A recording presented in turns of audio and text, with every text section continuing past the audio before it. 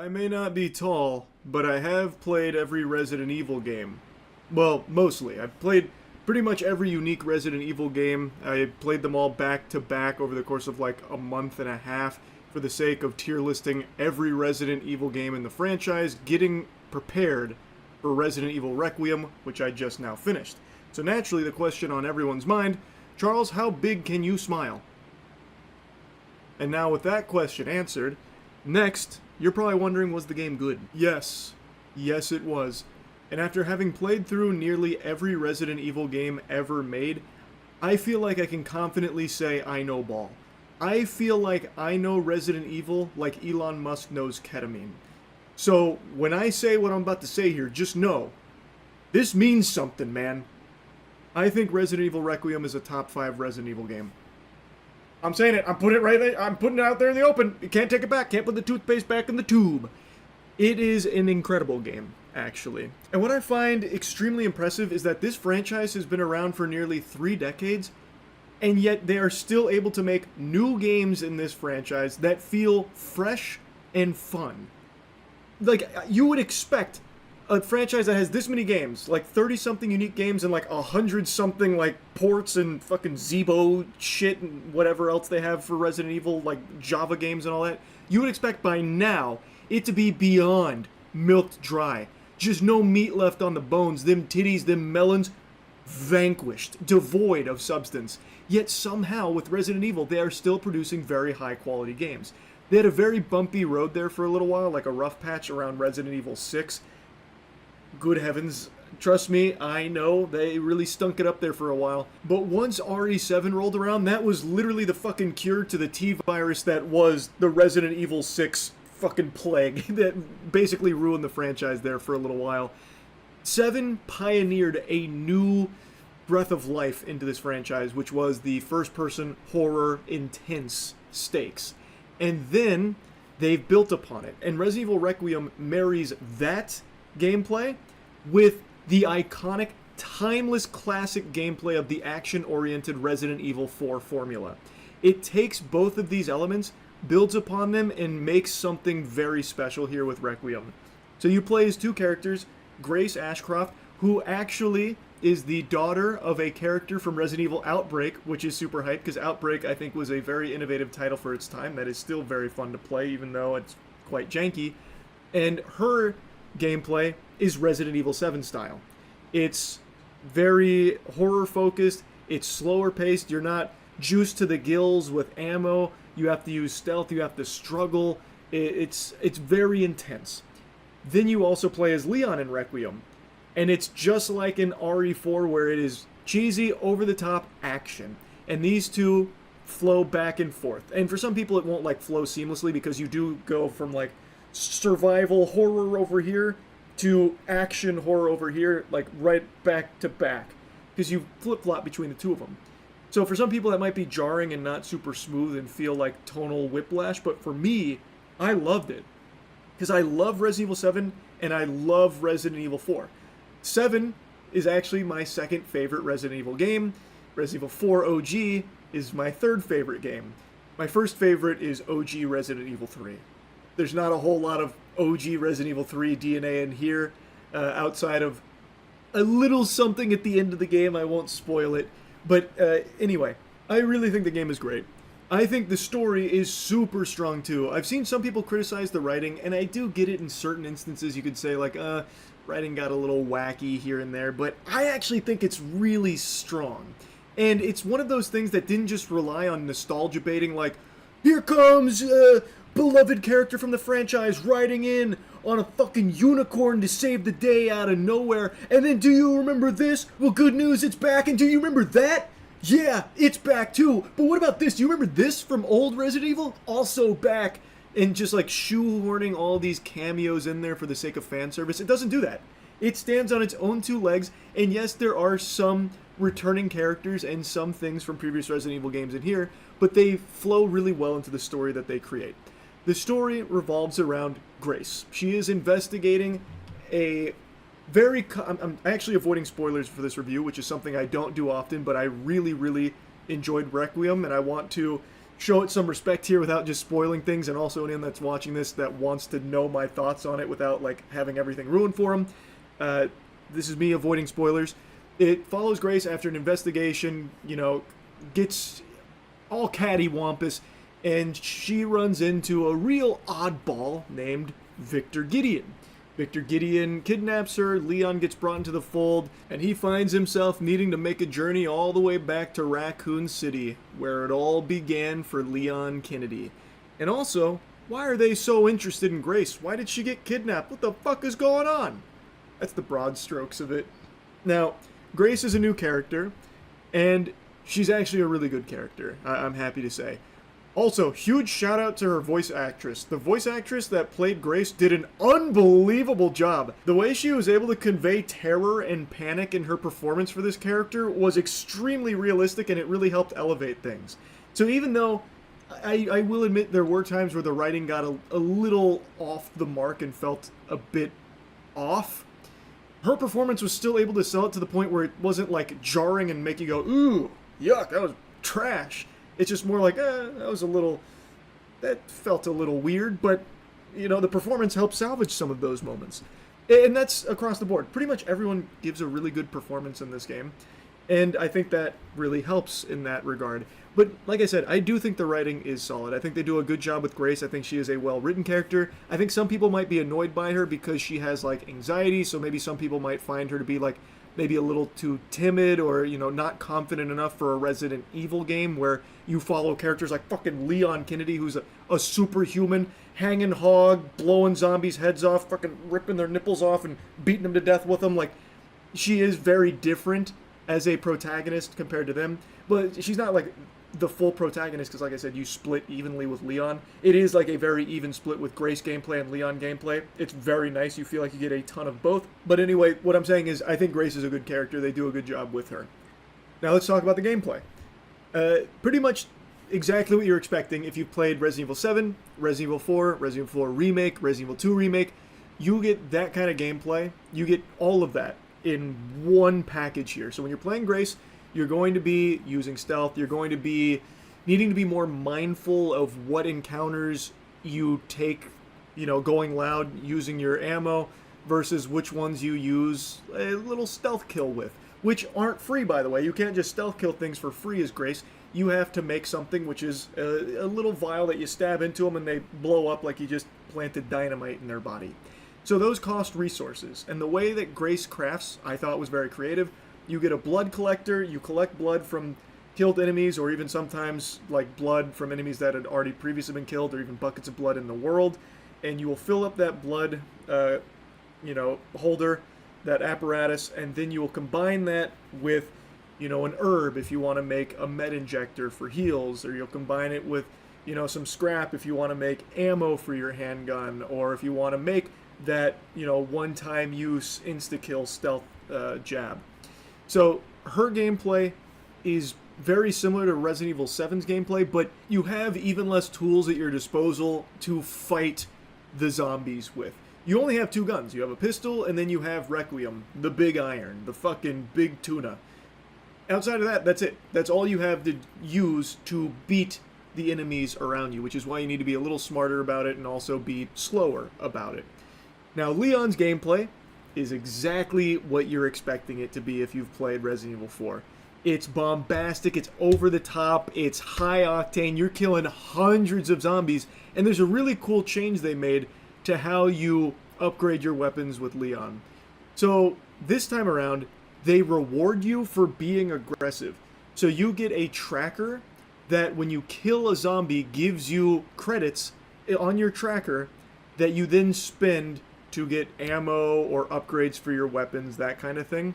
So it incentivizes you to fucking annihilate everything that's around you. Leave no survivors. So, which is a really fun thing to do. It gives you plenty of resources to do it as well. It gives you a lot of fun guns to play with, even though I do think the guns are a little underwhelming. They don't have the same kind of character that I feel they used to have. I remember playing through Resident Evil 4 OG, you'd have chat be like, I'm fucking team Red 9, no, Red 9's trash, and you'd actually have a debate about what guns are the most fun to use. Here, every gun feels just very generic, very samey. Like, they don't have like a unique identity to them or anything this time around. I don't think there's going to be like really passionate, fucking W870 shotgun fans or something, right? I could be wrong, but for me, it felt like the guns were just very standard. I guess I would have liked to see a little bit more there. But it's not the biggest deal in the world because they are still fun to use, and you get plenty of opportunities to use them and kill zombies. His gameplay, I think, is great, and I really like that new system they did with tracking kills and rewarding you for killing things. Like previously in Resident Evil games, the optimal strategy sometimes would boil down to kneecapping, kicking, and then running by to conserve ammo. Here, it's like, you can do that, you can be a pussy if you want, or you can kill all these zombies and get yourself a lot of money and basically max out your weapons really easily. Which I think is very cool. I think it's very fun. Now, something else that's been kind of core to the Resident Evil identity is puzzles. Resident Evil games have always had a lot of puzzles. There's not usually like a ton of brain busters or anything like that, but there are puzzles in there. Resident Evil Requiem doesn't really have that. It's much more in line with like your standard scavenger hunt style game where go over here, grab this to take back to something you passed at the very beginning of the level to open that door so you can go in there, grab that, and put it over there. Which again is very Resident Evil. That's in every RE game ever made. But there's never really like any puzzles to this anymore now in Requiem. There's only like 3 off the top of my head I can think of that are even remotely puzzles, but the solution is in a picture that's in the same room, so you just look at the picture and you see it. I guess it's not the biggest deal in the world, and maybe there's some people that even view that as a positive thing because it keeps the pacing like fucking cutthroat, like you're constantly moving and you never stop to have to solve a puzzle. But I don't know, I felt like it was kind of sad to not have to like solve puzzles to accomplish things. It's just literally going and fucking fetch questing shit and bringing it back and forth. But not the biggest deal in the world, but it is something that I think people will notice is absent. Another thing that I have like a small complaint on is there are a couple sections I think drag. The most notable one is a flashback sequence where you're playing as a child who's running and hiding from a lot of bad stuff that's going on around them.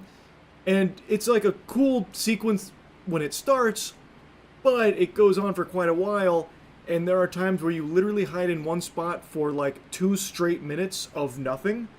So it feels like really slow, like unnecessarily long and drawn out. And there's a couple of moments like that, like a couple of places you go that feel like, okay, we've kind of been here long enough. Do I really need to get this many things in order to progress or wait this long to progress? It does feel like it does have moments that are there to pad out time. And it's not that long of a game, and I know this has actually been a complaint from quite a few people because the price tag is $70. It's an expensive game. It has the big AAA price tag on it, and it's roughly like 12 hours long. It took me about 12 hours. Total like active playtime was 8 hours and something minutes. I played through on just standard modern, so it was pretty quick. I would also say this is the easiest Resident Evil game I've ever played. But again, it's about 12 hours long, and that was with me exploring a lot. I didn't just beeline everything, I read every fucking note. I found every single safe and opened every single one, even got the achievement for it. I went out of my way to find pretty much every charm and every bobblehead, but I guess I missed a couple bobbleheads somewhere, I don't know where. I spent a lot of time exploring, because I got really engrossed in the game, which speaks volumes to just how much it was able to draw me in. But it is about 12 hours for $70, and a lot of people say that that's way too short to justify that purchase. And I can understand that because $70 is expensive. That's a very expensive game. But I think this is 12 very, very solid hours. This does not have any huge blemishes. Like, it doesn't fall off a cliff anywhere along the way. Like, notably with Resident Evil 7, the whole boat section everyone hates, myself included. That section is by far the weakest, unfortunately. But, like, it doesn't have anything like that. This is 12 extremely solid, extremely fun hours. So, for me, the $70 felt worth it. That felt fine to me. But, for someone else, maybe 12 hours just really isn't enough. The replayability on this doesn't seem to be super huge. It doesn't seem like there's a ton of replayability outside of going back and doing, like, Insanity. So, I don't know how many hours you can squeeze out of it for $70. But I personally feel like it was 12 extremely strong hours. It was a fucking heater from start to finish. So I thought it was a fine price tag for the experience I got. And now speaking of the experience I got, apparently I got something nobody else in the world did. For some reason, I had a very weird bug where occasionally the game would stutter during a cutscene and then the audio would desync. So the cutscene would stutter and then it would play, but the audio would lag like 2 or 3 seconds behind. So you would be seeing the cutscene play out completely silent until the audio caught up to it. So everything was desynced from time to time. And the only way I could fix that was by restarting the game. And even when I like updated drivers, restarted my computer and everything in between streams, it still persisted, but apparently it's a bug that didn't happen to anybody else, and I can't even find anyone talking about that bug. So it seems like something that only happened to me for some reason. I don't really get why. So I guess I can't hold it against the game as like a bug that's native to it unless someone else out there is reporting it happening to them. So I can only speak to my experience. It was extremely annoying. That shit like would ruin cutscenes. It happened to me in the final cutscene, and I literally just restarted it, redid the boss fight, and just took it from the top because I wasn't going to let it ruin the finale. It was a very annoying bug. I don't understand why it was happening, but I couldn't fix it outside of just restarting the game. Though I don't think it is a bug you'll probably experience if you try the game. It is something I wanted to make a mention of because that is by far the biggest headache I had when playing the game, and it looks like it might have somehow been my fault. There is also one other complaint I have, but it's a big spoiler. This is your big spoiler warning, big spoiler warning. Alright, now, this is one of the things I would talk about when it would come to being like writing decisions that I think were a little whack. There is a very cool new character they introduce in here named Zeno, and he is a Wesker clone. And he is super fucking badass. He is positioned for half the game as like the big bad, like this guy is serious business.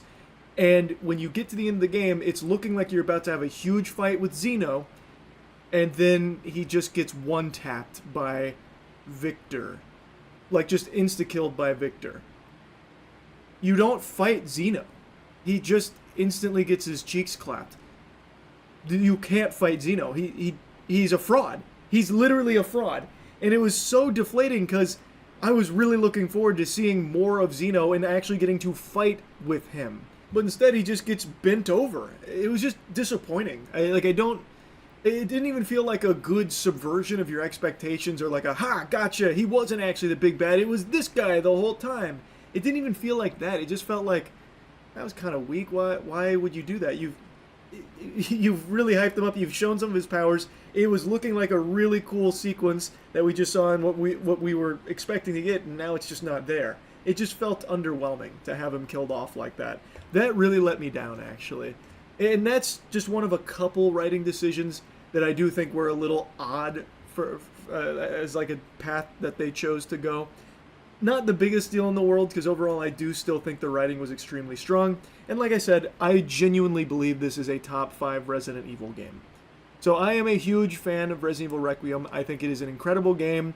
And yeah, that's really about it. So yeah. The vast majority of numbers you see on the internet aren't real.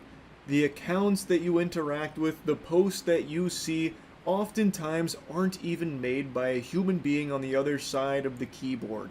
The cyberspace is dominated by bots. And unless you've just woken up from a coma, this isn't news to you. Everybody knows that now. It's an accepted part of cruising the World Wide Web, that the shit you see is artificially inflated. And it's become a huge yapping point, a massive topic, specifically dead internet theory, and diving even deeper into the minutia of bots, cannonballing into the deep end of the pool, you will find viewbots, a topic that often gets very aggressive and accusatory because it is so prevalent across streams, in particular on Twitch, on YouTube, on Kick. Streamers of all shapes and sizes are often using viewbots to boost their numbers. It's not some big conspiracy, it's not deep state propaganda or anything like that. It is a provable, real thing that platforms just don't seem to be taking any real action on at all. I could right now go live on Twitch openly stating I'm viewbotting it out the wazoo to fucking 20k viewers, and maybe the worst that would happen is I get like a 24-hour suspension from Twitch. They don't care. They made that push like a year ago about getting bots off the platform, but that lasted for what, 2 fucking days? And then they took like a catastrophic hit to their overall viewer metrics, and I guess they pumped the brakes because at the end of the day, and this is something people say a lot, and it is true, those huge numbers are good for Twitch as well to advertisers, even if the numbers are fake, even if they know it's botted, phony baloney, fraudulent viewer metrics. It doesn't matter. It makes them more appealing to brands. So it seems like they are very hands-off when it comes to doling out big punishment for view bots. It's not exactly a well-kept secret. It's pretty out there in the open that tons of streamers view bot. Now, the reason why I'm yapping about it again is because just yesterday, or maybe it was even earlier today, I don't know, time moves in a weird fucking fashion once you hit your 30s. Everything blends together, your bones fucking creak anytime you walk up or down stairs. Anyway, though, I'll stop bitching and whining about that. I know you're not here to listen to me play a sad song on the world's smallest violin about my deteriorating cartilage. The CEO of Night Media, Reed, came forward with a post out of nowhere saying that it's time to start viewbotting. That's the title of the post, which is a eye-catching title, no doubt. Very seldom will you hear someone in that kind of position just say the quiet part out loud here about success in the streaming space. And make no mistake, Night Media is fucking huge. They are one of the top dogs in the YouTuber streamer agency space. They are huge in the industry. They represented Mr. Beast for a while. I don't know if they still do, but they have represented and still actively represent massive creators. So it was certainly interesting to see him with a post like this that makes it seem like he's out there saying, everyone's got a view bot, we gotta open Pandora's box. If you're not pooping, you're farting. If you're not using view bots, you're at a disadvantage. Wake the fuck up, samurai. Time to get view bots on the horn. But reading the post, it's a little bit different, though ultimately his tone around view bots does seem to be somewhat positive. What does it take to cut through all the noise on the internet? If everyone else is botting, why shouldn't you? We used to live in a world where if you made great content, algorithms would find an audience for your videos. Now, creators have to clip farm, pay clippers, and sometimes even view bot to have a better chance of capturing more attention and breaking through the noise. This is especially true on platforms like Twitch, where view botting can surface you on the front page of popular streaming categories. Off rip, this is some turbo doomer shit because it kind of positions it as like your only option if you're just getting started. Oh, there used to be a time where if you made great content, you could get found, but those times are way behind us in the shitter now. It's gone. That's a era long forgotten, like the saber-toothed tiger. Now, if you want to cut through the noise, you gotta clip farm, pay clippers, or Lord help us, even viewbot. You gotta get down and dirty in the pig pen. It's the only way. When that's not true. You can still make great content and get found. It does happen. I think the best example of that is Queso. I would be shocked to learn Queso viewbotted at any point in his life. I don't even think the guy could find a viewbot website or provider. I genuinely don't think he would even know where to begin with something like that. And he has blown up solely because he makes good content. He cut through the noise. And this is something I've always said, luck is a huge part of it. It is. It just is. But what he is right about is that in the current day and age, there is an alternative that doesn't rely as much on RNG, and that is pay to win. You can stand a better chance of standing out in the oversaturation of content creation by paying for viewbots to float your stream to the top of categories, or pay for viewbots on other socials where you're spamming clips from your streams so you could boost up numbers on, you know, a wacky moment or something and have it like explode elsewhere because you inflated the numbers through viewbots, so then people could find your stream and maybe organically grow it that way, but you still viewbotted in order to boost a clip that led people to the stream. Like, there are paths that don't rely as much on luck, because if you just have money to start and just start buying views, it does help put you in front of more eyes. It's something that's very common, especially on Twitter. But at the end of the day, I just don't like this mentality that Reed kind of encapsulates here of, well, everyone else is cheating, so I should too. And he's trying to make like a strong argument that everyone else is doing it. Content alone, it could be the most slapping, banging content ever. It's not good enough. It's all about the distribution method now, which is dominated through bots and shit like that. So really, you gotta think about this strategy of using bots. I just don't like how he's positioning bots as a strategy instead of calling it what it really is, which is cheating. Like, yes, you can gamify the distribution and shit through bots. Everyone fucking knows that. But I just don't think it's something that should be outwardly encouraged. And it's really weird that the CEO of Night Media, one of the biggest agencies in the space, especially for streamers, is having this kind of viewpoint. Like, his title isn't exactly indicative of his thoughts, because he does say, like, this is a problem, this is an exploit, but he speaks about it like, this exploit exists, so you have to use this now. It's like, you really should, like, almost that it's a necessity. And I just don't like that perspective, nor that mentality. I just think there's a reason why this topic on viewbots is always so passionate from so many people, because viewbots fucking suck. Nobody likes that. It is just a completely dog shit norm right now. And I don't think it needs to be even more normalized. But it's not some requirement or anything like that. Reed then goes on to make a mention of advertisers and viewbots. Do advertisers have any way of tracking botted engagement, and why isn't Twitch cracking down on this at all? Those are two really good questions. The answer to do advertisers have a way of tracking botted engagement is a big nobody fucking knows. My gut tells me there's no way advertisers would have any clue, because how would they? How would they distinguish between authentic and real viewers through just a number plastered on a stream? It'd be entirely on Twitch to take care of the bots and get that number to be where it's like the authentic viewers and not just like, you know, fraudulent ones. I don't see how they could ever possibly know what's real and what's fake based on just the publicly available information, and I doubt Twitch is behind the scenes saying, okay, so your advertisement was played in front of 1 million concurrent viewers over the course of this campaign. Of that, about 15K were real human beings. We really appreciate your business. Like, I highly doubt that fucking happens, right? Like, it doesn't happen on a streamer basis with sponsors either. It's like if a streamer is botting his stream up to like 5K, but really he only has like 1,000 real viewers there, and he works with a brand, and he sells to this brand at the 5K concurrent viewers, he's making a lot of extra money versus if he sold at his real 1K, and now the brand gets put in front of what they believe is 5,000 people, but is actually 4,000 bots with only 1,000 real people there. So maybe the campaign only sees them make like 3 fucking sales. Like, man, Perry Poutine Gotcha Game only got 3 clicks through this guy's stream, even though he has 5K concurrent viewers. What's going on here? And then you can maybe speculate and surmise that, okay, he's botting. But then you'd also never really know for sure, because you could also say, like, okay, maybe his community's just not interested in this gotcha game. These brands, I don't think, have any idea, is the point I'm making. I don't see how they would. It's entirely on Twitch to combat the bots, and I don't think there's a way or a tool that these brands have access to that normal people don't, that lets them see real versus fake viewers. And then to Reed's second question about why does Twitch not crack down on it, I think everyone knows, because Twitch also benefits from these hugely inflated numbers.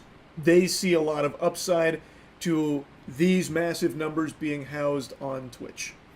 I think that's pretty clear. Probably don't need to dive any deeper on that. And it is something that he starts to tackle in his next section here about platforms needing to take action. He goes on to talk about, you know, how prevalent the botting problem is, as well as the reluctance from platforms to act on it, believing that the more views there are, the better things look for advertisers, which many people agree with. And again, that probably is the simple truth of it. If these numbers are huge, the platforms are probably very happy, because then it's more appealing to advertisers. It could end up with more money to the platform itself. I think it really is that simple. Now, it's this section that ties directly into the eye-catching title that he used here for this piece. If everyone else is doing it, should you? I would never explicitly say you should bot your views on Twitch, other than in the title of this article. But the reality is, if you're not view botting and everyone else is, you're at a disadvantage. When you're competing in a category where you're buried if you don't have 500 plus viewers, maybe shifting your strategy to paying clippers and buying bots helps a streamer break through. I wanted to see what it would cost to bot a stream, and for $180 a week on ViewBotter, I can get 1,500 followers, 225 chatters, and 750 concurrent viewers. Not bad for less than $800 a month, and these companies accept crypto payments. So he's saying that he's not actively advocating for view botting your channel, but if you're not, well, you got your own dick in your butt. Like, everyone around you is doing it. Maybe you should shift your strategy. I don't know. To me, that feels like he is advocating for it. Maybe I'm on the crack pipe. He's pointing out a real problem, that these platforms don't enforce it, so the precedent has been set that there's no actual consequences. But it does seem like he's saying, you really should viewbot your streams if you want to succeed. And he does prop it up as a legitimate strategy and even insinuates that it's not like super expensive, saying, not bad for less than $800 a month. Look at this huge head start you can get. Really should be something to consider. And I get it. It is something that people obviously consider and pull the trigger on, no doubt. But it's not exactly something that I think should be encouraged either. It sucks. It is a bad practice. And there's a reason why this is such a big topic, because people don't like viewbotters. It's not something that I think should be talked about in a manner that feels like it's positive and encouraging, and even setting it up as maybe even your only option if you want to stand out, because as Reed said multiple times, good content isn't good enough. You got to really consider distribution, and distribution viewbots can really do wonders for. I don't know. To me, it just rubs me the wrong way. He then closes by talking about viewbot detection and how Twitch CEO mentioned it's a game of cat and mouse, and that really there's not a whole lot of great information that he could find on how brands can detect viewbots or anything like that. And then he finishes the big takeaway. We've entered an era where good content alone isn't enough, distribution tactics are. When clipping, paid amplification, and even bots can artificially push you up the rankings, the playing field starts to tilt toward whoever is willing to game it. Twitch's detection tools feel reactive at best, and advertisers don't seem to have a reliable way to verify what's real. If botting becomes normalized, creators face a brutal question. Compete clean and risk invisibility, or bend the rules to survive. Long term, though, this erodes trust in the entire ecosystem. Again, he drives that point home about good content alone isn't enough. It's all about distribution tactics, and I just firmly disagree. Good content alone is sometimes enough. But again, it does take luck. It does. It always has, and it always will.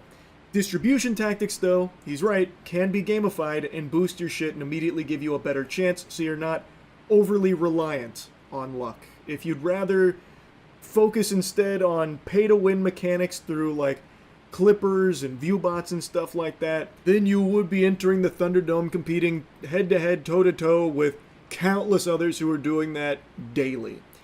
That is very, very common. And in many, many cases, it's hard to tell if it's real or fake. So it is a legitimate problem, and it sucks that platforms don't do anything about it. He's not wrong about the core, that there is a huge problem because these platforms don't crack down on viewbots. Now everyone fucking does it seems. And it fucking blows. And I imagine he's right that it is a very real consideration for tons of streamers. Well, why would I even bother trying to do this legitimately when everyone else is fucking cheating? Everyone else is viewbotting, so why wouldn't I? And it's hard to argue, because it's morally correct to, play fair. It would be hard to make someone be okay, then I'll do that and go nowhere unless I get fucking crazy lucky. When the alternative is apparently, cheap viewbots that give them a better chance. It's something that he's not wrong about in his assessment here. Again, I just find it weird that it feels like he's speaking on it, almost positively, you're at a huge disadvantage, you really need to think about this strategy that actually isn't all that expensive if you want to compete on an even playing field. Because at the end of the day, I don't think viewbots are something that should be encouraged. I don't think it should be twisted to the point where people consider viewbots like a strategy as opposed to just cheating. Because viewbots are bad for everyone. There's a reason why it's such a passionate topic for so many people. Because it sucks. It sucks for the people that aren't doing it, and it sucks for viewers too. Viewbots are just shitty overall, genuinely. So, it's not something that I'd like to see more people start being yeah, let's start really thinking about doing more viewbotting, as if there's not already enough. So, anyway, this was a very interesting post, to say the least, and I just wanted to yap about it. That's really about it. So, yeah. Just wanted to give a little eulogy to Highguard. I'm sure many of you have heard the news of its passing. They are shutting it down, so it truly is a certified goodbye guard situation here. The writing was on the wall. The last update we got with Highguard wasn't exactly joyous. It was about the layoffs that they were experiencing, where they let go of the majority of the development team. So it felt like it was just a matter of when as opposed to if they pulled it off life support. It had been hemorrhaging players and they didn't have the confidence to see it through, to see if they could find a community that would fall in love with it through like updates and tinkering around, which I'll reiterate, I find to just be so vomit inducing as a norm in this industry, where they'll put millions of dollars into these projects and if they don't instantly become the next fucking Fortnite or something, they just call it curtains and like, oh, doom and gloom, we're dead, is what it is, on to the next one. Like, they don't even really like try. They farted out like a whole roadmap for this game off rip to show that they're like really committed to building it with the community, only to just instantly bury it 45 days later. It only lasted like a Concord and a half. It's so odd, these executives, man. Like, I don't know what they expect. Anyone could have looked at the trailer for this game at the end of the Game Awards, which absolutely blew its ass wide open. That was a really unfortunate position for it to be in because of the expectations for a game like this. It already put a sour taste in people's mouths. But anyone could look at this game and tell you, yeah, it's not exactly going to stand toe-to-toe with the big dogs. This is something that would need to carve out a niche over time in order to find an audience. Like, it just surprises me that they all have become so deluded that they think it's going to happen immediately for them. It's not. So this game made it like 45 days, and I'm sure learning of its shutdown isn't the most surprising thing you've ever heard, because it's probably the most surprising thing you've ever heard. We'll look at their statement, though. Hi Guards, final update arriving soon. Thank you for playing with us. Today we're sharing difficult news. We have made the decision to permanently shut down Highguard on March 12th. Since launch, more than 2 million players stepped into Highguard's world. You shared feedback, created content, and many believed in what we were building.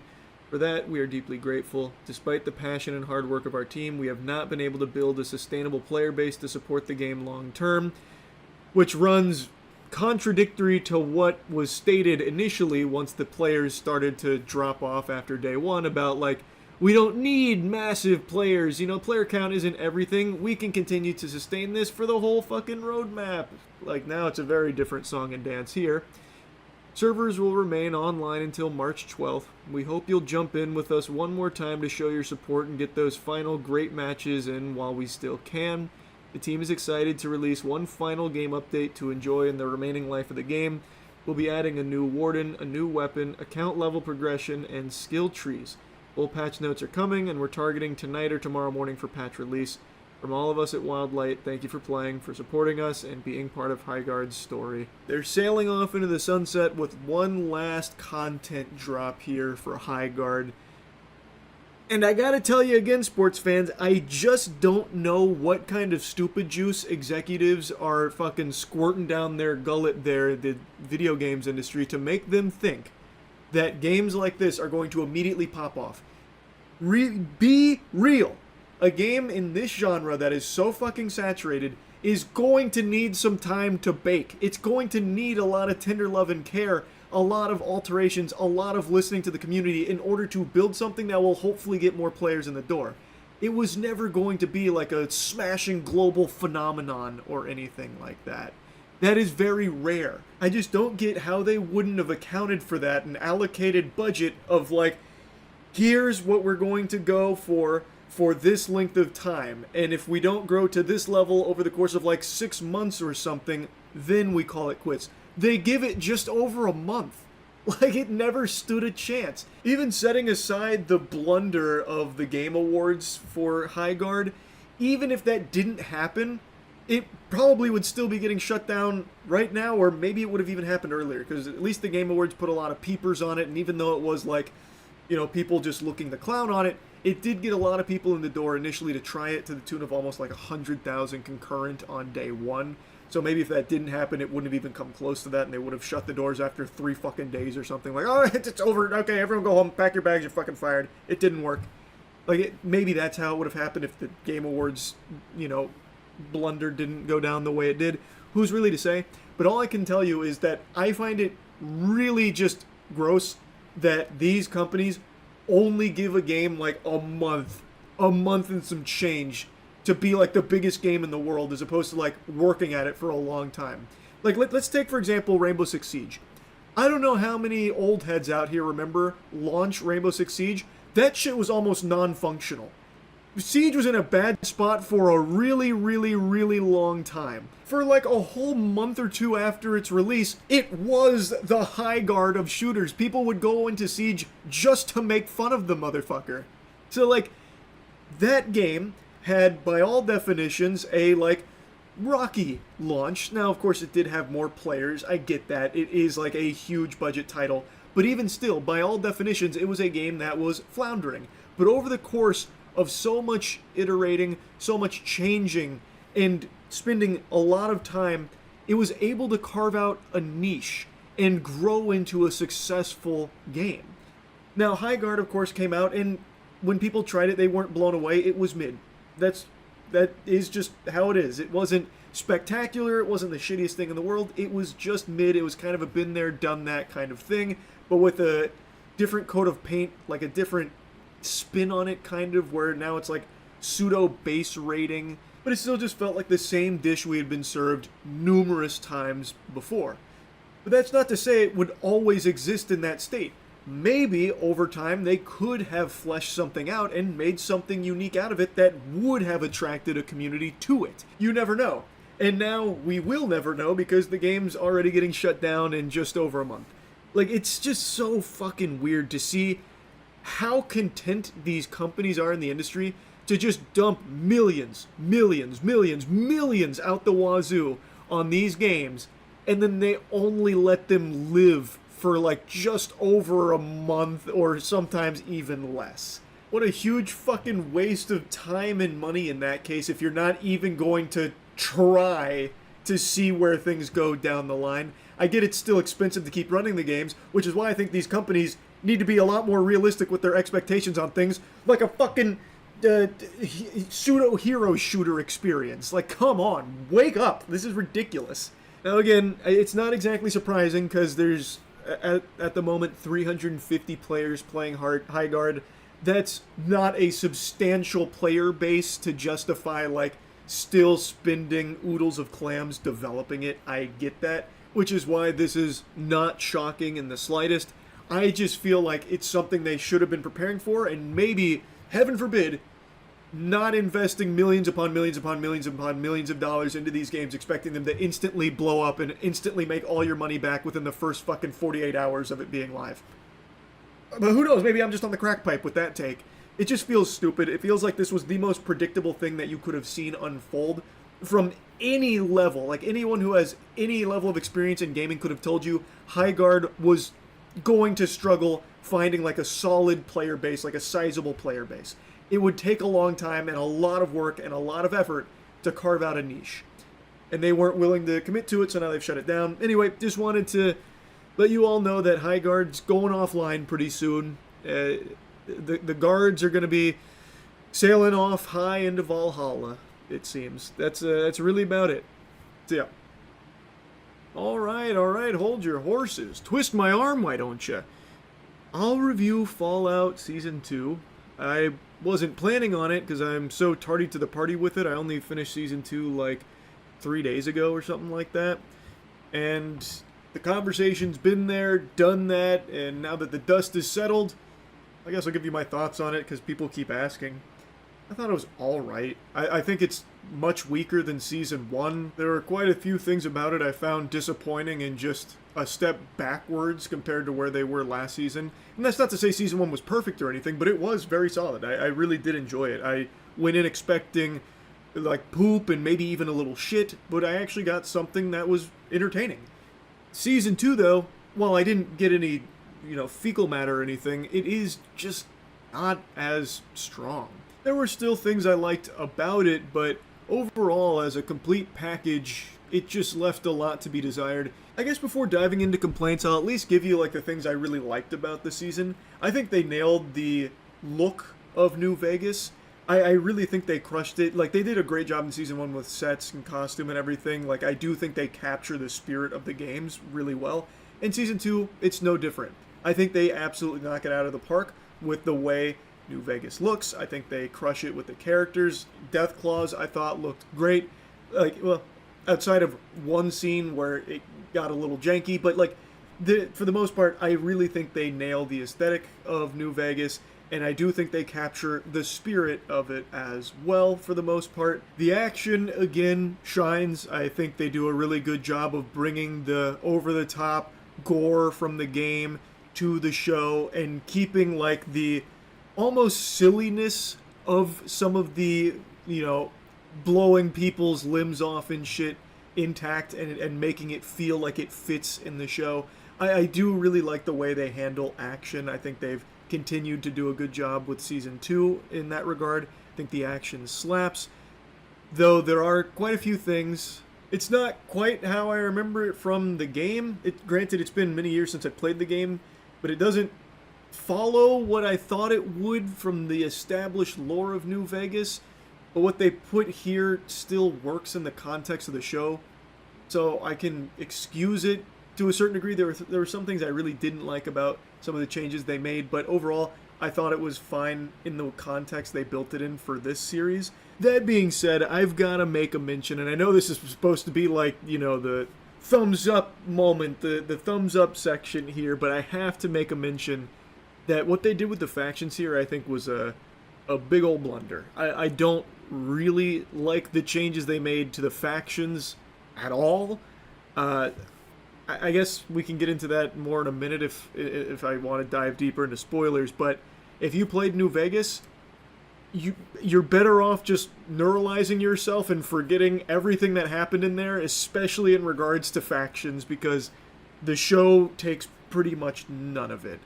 But like I said, what they do and like how they change it fits in the context of this show, but even still, I couldn't help but be disappointed, specifically about some of the decisions they made with the factions. I also think that the best part of Season 2 was the flashbacks. I think that's where the writing's the best, because outside of the flashbacks, I think that's when it really stumbles. The worst part about Season 2 is the writing.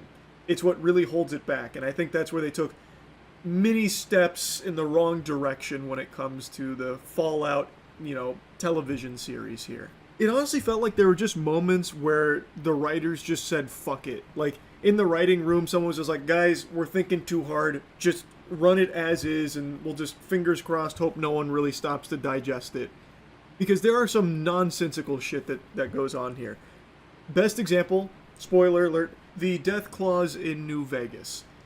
New Vegas is not the way it was in the game. I do think it looks very similar, and I think they capture this, like, the aesthetic of it, and I think it looks really cool, but they do make a crucial change, which is now it's infested with Deathclaw. And people live just outside of this barricade.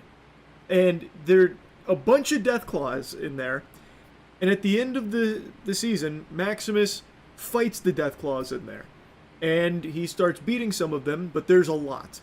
And then at one point he gets tail whipped and sent through the barricade. Very easily. Like, the Deathclaw could have broken through this. It is literally like one piece of sheet metal. And they launch Maximus through it like a fucking missile. And now all of a sudden the Deathclaws start pouring out into the area where people live. Why the fuck are people living there with all those Deathclaws on the other side of a very flimsy, unreliable barricade? And why are the Deathclaw not going out there and eating them at any point? There is a plentiful food source on the other side of a very tiny barricade they could easily break out, and yet they just never do. I guess maybe the idea is that Deathclaws are too stupid to do that? I don't know. It just felt really weird. And like, I tried to cope initially, like, oh, maybe it's just because the power armor was so heavy that it busted through this near impenetrable barricade. But then the question naturally arose in my noodle, well, if the power armor is so heavy that it can do that, then the Deathclaw must be like 10x that strength in order to ragdoll the power armor like that. Meaning, if they just hit their tail against that barricade, it would have fucking disintegrated it. So, like, there's no way of spinning it where the Deathclaw couldn't have been going through that barricade anytime they wanted to. They just, I guess, decided they never wanted the food on the other side. And I just really don't get why people would choose to live there knowing the Deathclaw are there. Just very odd. Very, very weird choice there.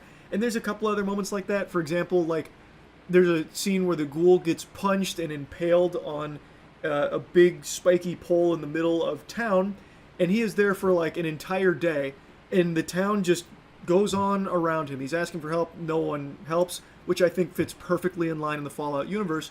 But also, nobody steals from him. Nobody goes over and kills him or anything. No one steals anything from him. No one messes with him. I thought the implication was going to be when he was stuck on that pole and starting to, go feral, was that people were going to go just start stealing from him. Then he was really going to be fucked. But that never happened. They just leave him alone and ignore him. Which, ignoring the cries for help is one thing. That makes sense. But you're telling me no one there in this world, this town of people that do anything to survive and scavenge supplies, you're telling me they wouldn't go just take the easy supplies from this ghoul's bag who is completely stuck on this pole? Like, come on. No, don't, be serious. There's just some moments like that where it just... And another one, sorry I keep going down these, but the more I think about it, the more, ridiculous it is. Norm, Lucy's brother Norm, who I think has another interesting side plot that goes on throughout here, which gives you a lot more insight into, actual employees of Vault-Tec who have now been thawed out. He is now in a position where they've turned on him, it's mutiny, and he's about to get killed, but then rad roaches come through and start killing all of the vault dwellers that were about to kill him. And how does Norm survive? He hides under a table. A table that is literally like a picnic table. It is just open on all four sides. And the rad roaches go right by him, kill all of the vault dwellers, eat them for a while, and then just leave. Presumably going right by Norm, who is just exposed in the open there under that table. Why? He didn't have the cloak of invisibility or anything. The rad roaches had already been spotted on the ground and everything. They would have seen Norm. Why didn't they kill him? And also, they were feasting upon and killing all of the vault dwellers for quite a while, and yet one of them survived. Conveniently, the one Vault-Tec employee that Norm had befriended. It's just very, the plot armor they give characters in Season 2 is, just very peculiar, because they don't even bother trying to give you a logical explanation for how they could have possibly survived. And oftentimes just felt kind of flat. I'll be getting into some spoilers here, but since the show is still pretty new, I won't get into the biggest spoilers. But one thing this season did is they really seemed to want to do more gags. That's the impression I got. Now, Season 1, of course, still had comedy and stuff in there. It's fucking Fallout, of course that's going to be there. And I thought it did a pretty decent job capturing that spirit in Season 1. In Season 2, I think overall they do a good job of capturing the spirit of the Fallout world, but when it comes to its characters and some of the jokes they tried to play off, I thought they really fucking fumbled and fell flat on their face. The entire side plot of the inbreeding support group I thought offered nothing and was just a headache every time they were given screen time, and they got way more screen time than I think they ever should have for the role that it played in the show. So incest jokes were in Season 1, and they were kind of haha, that's wacky. But in Season 2, they go hog wild with incest jokes. They even attach a whole hemorrhoid onto the overall narrative ass, where Reg now has an inbreeding support group, which is supposed to help, vault dwellers overcome the trauma of the circumstances around their birth being the product of incest and inbreeding, but he offers snacks, and the vault dwellers don't actually care about any of that incest shit, they just care about the snacks. They want to snack down, and then it becomes a big snack club, which then becomes a problem because they're running low on water. So Overseer Betty is now losing control of her vault. She's being pushed to the edge because Reg refuses to concede here. He refuses to just go belly up and give, the snacks back. He even makes a point saying, you can take away the inbreeding support group, but you can't take away the snack budget, and then grabs a handful of Jell-O and eats it. And this goes on for so long. I feel there were so many scenes of this fucking snack club, and it's just, it didn't make me laugh. It was just okay, come on, let's get back to the interesting stuff, please. Why are we spending so much time here? The whole idea is it's supposed to show that Betty is losing control of her vault. And I think they could have done that without giving so much screen time to something so fucking insignificant and annoying.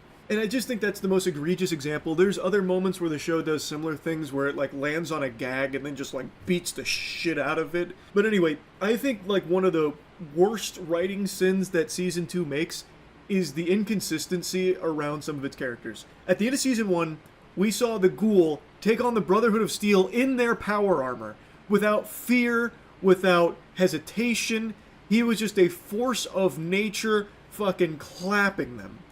In season 2, he gets beaten by a rad scorpion. He gets absolutely fucking slapped around, steamrolled by a rad scorpion, which leaves him incapacitated for a long period of time. Like, how do, like, what, I'm very confused on, like, the power scaling. Like, he's sometimes, you know, an absolute menace, unstoppable, and then other times, he's just coughing baby, and rad scorpion comes through and bullies him. It was just kind of frustrating. Like, he is always either extremely powerful when the plot demands it, or inexplicably weak when the plot needs him to be, like, sidelined for a little while on the bench. And Lucy, I really like Lucy as a character. I think she is the perfect character for a Fallout show, where she is, like, extremely, you know, ingrained in her morals. You know, she still says fudge instead of fuck, and she really wants to see the best in the people around her. So, like in the Rad Scorpion case, the reason that happened is because she took them off course to try and help someone that was crying out for assistance, and it ends with them getting ganked by the Rad Scorpion. And the Ghoul was like, we should just kill them, you shouldn't do this. And then once he goes down, once he, you know, gets the wind taken out of his sails because he's all fucked up from the Rad Scorpion, he then takes the survivor back to where she came, which happens to get her involved with the Legion, which ends with her on a cross dying. And then the Ghoul has to save her.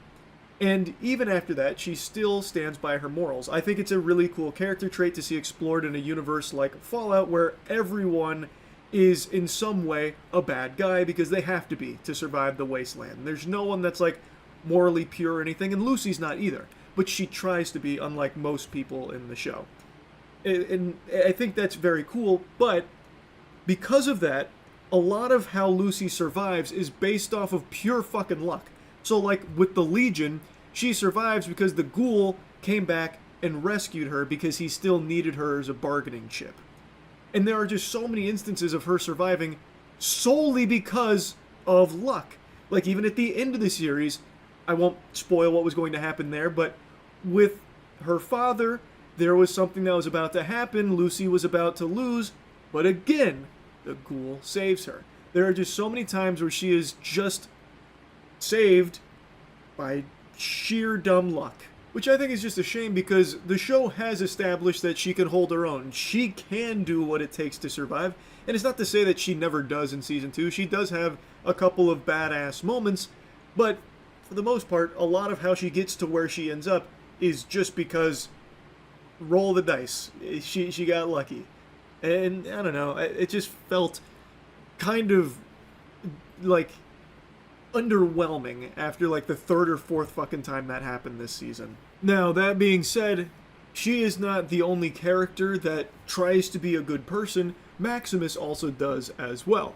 But we can see him making a lot more morally gray decisions, and there's even like a whole swing of things where it seems like he's going in the wrong direction and is no longer that interested in being a good person. And, you know, kind of snaps back into it, but it is nice to see a character like Lucy who's all about, you know, trying to be a good person, and Maximus who wants to be a good person but is also okay just kind of really teetering on the edge. I really do like both of these characters, and I just wish Season 2 did more with fleshing them out and evolving them. Maximus, I do think they did a good job with, though, for the season. I enjoyed his plot line quite a bit with the Brotherhood. And it is interesting to see him, you know, start turning heel. And, like, he's now doing some bad shit that you wouldn't really expect someone that's wanting to be a good person would indulge in. And even someone close to him is talking about that, too. Like, we used to make fun of the Codex, and now here you are quoting it. And he's like, well, you know, maybe it's not so bad after the things I've seen. I think that's a very interesting concept to play with. And it is different from Lucy, who is still, even after everything she's been through and all the times her morals get her in hot water and damn near fucking executed, she stands by them. Maximus, not so much. He's a lot more fluid when it comes to his his morals and what he's going to do to try and make the world a better place and leave it better than he found it. I do like these characters. I just don't think Season 2 did enough with them to grow them. I liked what Season 1 was setting up, and then Season 2, I think, dropped the ball a bit. And unfortunately, the same is true for House. I think there are moments where they get, like, the House from the game, but then there's other times where they just make him, like, cartoonishly evil, like when he just goes to a bar, starts a bar fight, and kills the guys there for some reason, for the sake of science.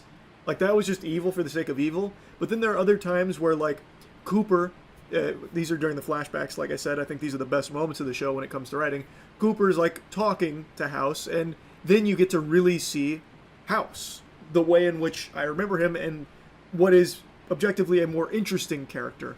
One who isn't, like, fully just, like, some madman, raving lunatic, evil, billionaire guy. He is a bad guy, but a complex character. Like, just as he was in the games, he has a lot of depth, and they show that only in some flashbacks. Like, it seemed like they really wanted to do more with House, but then also felt obligated to make sure you know this is a bad guy and he does bad things. Watch him kill these guys in a bar fight. That type shit. So that, like, just kind of disappointing with some of the things they did, like, with House. But, as I said, in the flashbacks, that's when the writing is at its best. Like, Coop and Barbara's conversations about, you know, what they're going to do about the end of the world and their daughter, and how that changes their thinking and the way in which they want to approach the problems that they face.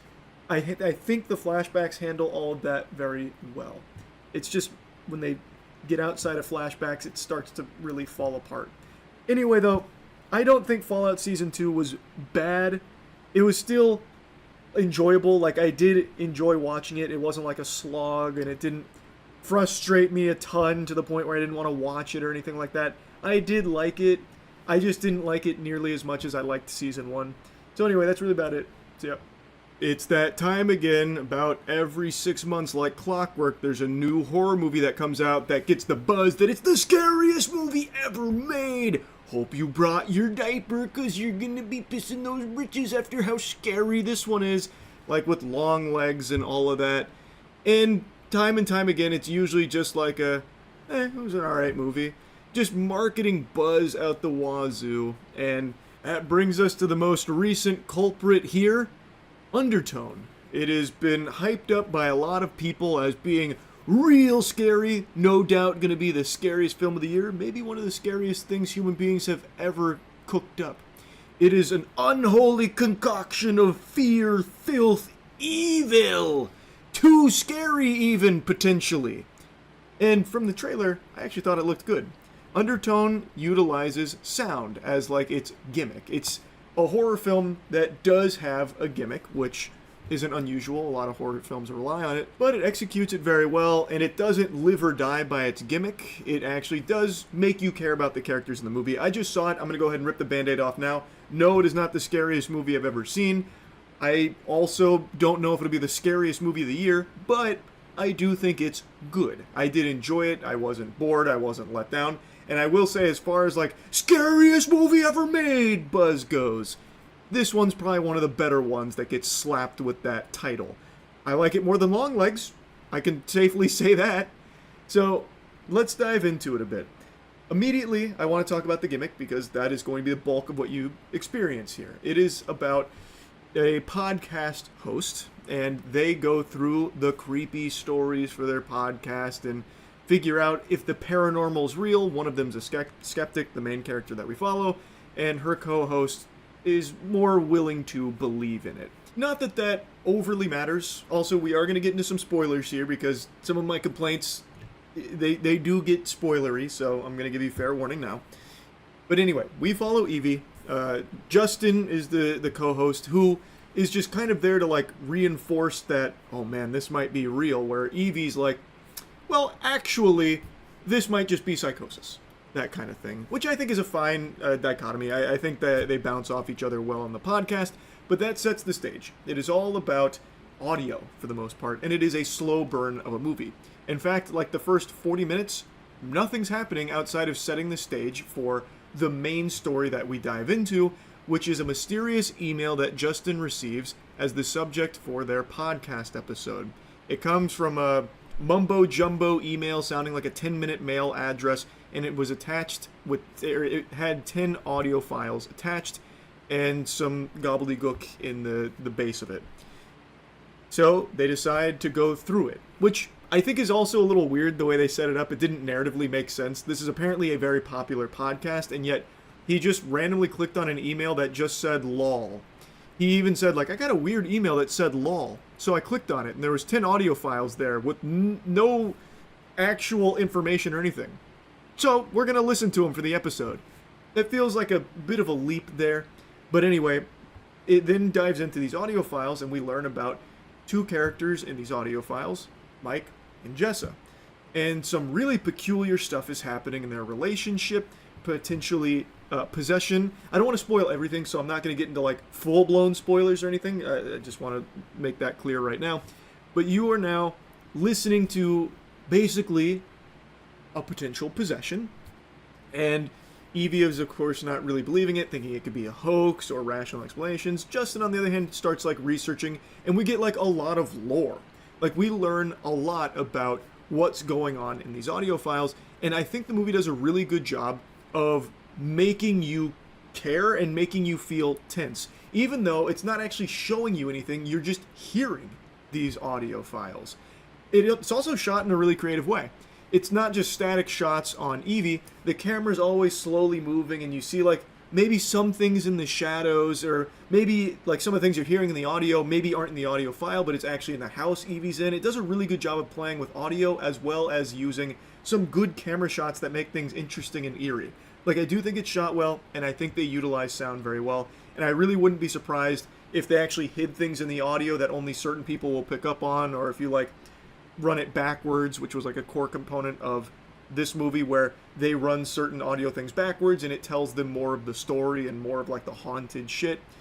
Now, the big thing is Evie's mother is in rough shape and on the verge of passing away, and Evie is taking care of her. She is basically in a coma, and Evie cares for her. And as we're learning about this story through these audio files, weird things are happening with the mom, the house, and Evie.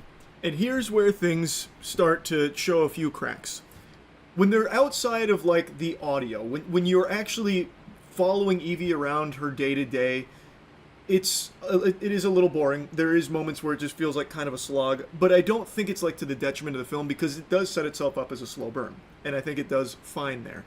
But when it starts trying to show you some scary stuff instead of like have you hear creepy things, I think it falls into horror movie cliches big time. Like, it uses some of the most standard shit that you've seen in horror movies, just tropes out the wazoo, like the classic teapot, or Evie likes to draw with crayons, so then she drew something weird. She drew something scary out of the crayons. What?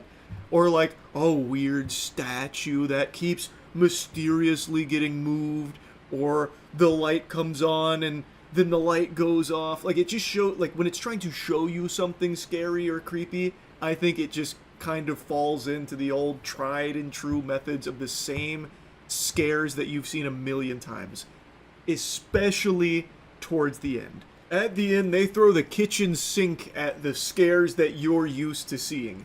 So as shit's popping off and they're receiving phone calls on the podcast from people like laughing because it's the bad demon going, ha ha ha ha ha ha, ho ho ho ho ho ho. You shouldn't have listened to all the files. Are you dumb, you doofus? You listened to all 10 files? Uh-oh, guess we're gonna fuck ya. Like, it's literally taking like a victory lap, and they use like the standard cliche demon filter where it's like, gooba gooba, gooba gooba gooba, you listened to the 10 files, gooba gooba gooba, it's, I don't know, it gets so silly with that. The movie is by far at its best when it's utilizing sound, because I think it actually does a good job at that. And I really appreciate that it wasn't afraid early on to be slow and have these really slow camera shots where you're questioning yourself if you're seeing something there or hearing something there or not. And I do think there was a couple of times where they got creative with like building up tension. So like there's like some really quick, you know, there's a scene where she closes something real quick and there's like a brief flicker on the reflection where I think you could very easily miss something scary that happened in that reflection. I think that's when the movie's doing its best work. When it's utilizing sound, which the whole thing tries to build around, and when it's being unapologetically slow with creative shots that actually do build tension. And I do think the movie does a good job of making you care about Evie and her situation, so you want to get some kind of resolution, you want to see what's going on. And I also do like the lore they set up, but it really feels like someone got cold feet and felt the need to have like a couple of cheap jump scares that I don't think were very effective. The jump scares in this kind of fall flat. And the need to throw in like the standard spooky horror movie visuals. So like at the end, there's a creepy face on the TV and it's making some loud noises. There's the demon voiceover going, ah, ha, ha, ha, ha. That kind of thing. Like it just, like it ruins its own momentum of being like methodical with its tension. And it just kind of blows its load into this giant bukkake of like generic horror visuals. But that's not to say I think everything about the ending sucks. I actually love what they did at the very, very end of the movie. They have like this 10-ish minutes, maybe 15 minutes of doing like the standard horror movie shit. And then like the very end, the last like 2 or 3 minutes is actually only audio. It's only audio to deliver the rest of the movie. And I thought that was great. I thought that was a really good choice. And if it didn't have that wet fart for 10 to 15 minutes before it, I think it would have stuck the landing much better. But even still, I do like the decision they made at the end there. Though I think a lot of people will be disappointed that there's not actual closure. It's very open-ended. But for me, I actually like that more, because then you actually think about it. You don't get spoon-fed what happens. You hear things that happen, or you hear things you think happen, and you play it all out in your head. So you are imagining things. And this is something I've said for a while. The scariest thing isn't what something shows you. It's what you convince yourself of. No one's going to scare you more than you will. Which is why things like the very last couple minutes of the movie, I think, work really well, because it's not showing you anything. You're hearing things, and now you yourself imagine them, and maybe you scare yourself with what you think is going on there. I just thought that was smart, and I really like that, and I really wish it didn't have the 10 to 15 minutes worth of, like, haunted house shit that they decided to throw in there. But overall, I do like the movie. I think there are a little too many horror movie cliches, but I do still like the movie. I thought the performances were solid, too, to really sell you on the characters and what was going on. So I did enjoy the movie. Is it the scariest movie I've ever seen? No. Is it a good horror movie? Yes. Now, it very well could be the best horror movie of the year. Who's to say? I do think it is strong. I just wouldn't go as hog wild as everyone else seems to be going about, like, it's too scary, it's the scariest movie, no doubt, holy shit. I always think that is to the detriment of the film, because then it puts unrealistic expectations on the movie, and it's very unlikely for them to actually reach that level. But if you go in with normal expectations, I think you're going to be very pleasantly surprised with the film. I think you're going to enjoy it. I thought it was good. So yeah, overall undertone I thought was solid. That's really about it. So yeah. I know I've already covered a case similar to this, but this one's even more egregious. A 50-year-old grandmother spent 6 months in the slammer doing hard time because AI tools flagged her as a suspect in a bank fraud case. But it turns out the only fraud here was Jarvis going rogue and for some reason targeting Angela Lips. She spent 6 months behind bars for this. Police in North Dakota, using AI facial recognition technology that they must have found on fucking Temu, flagged her as a suspect in a bank fraud case in North Dakota.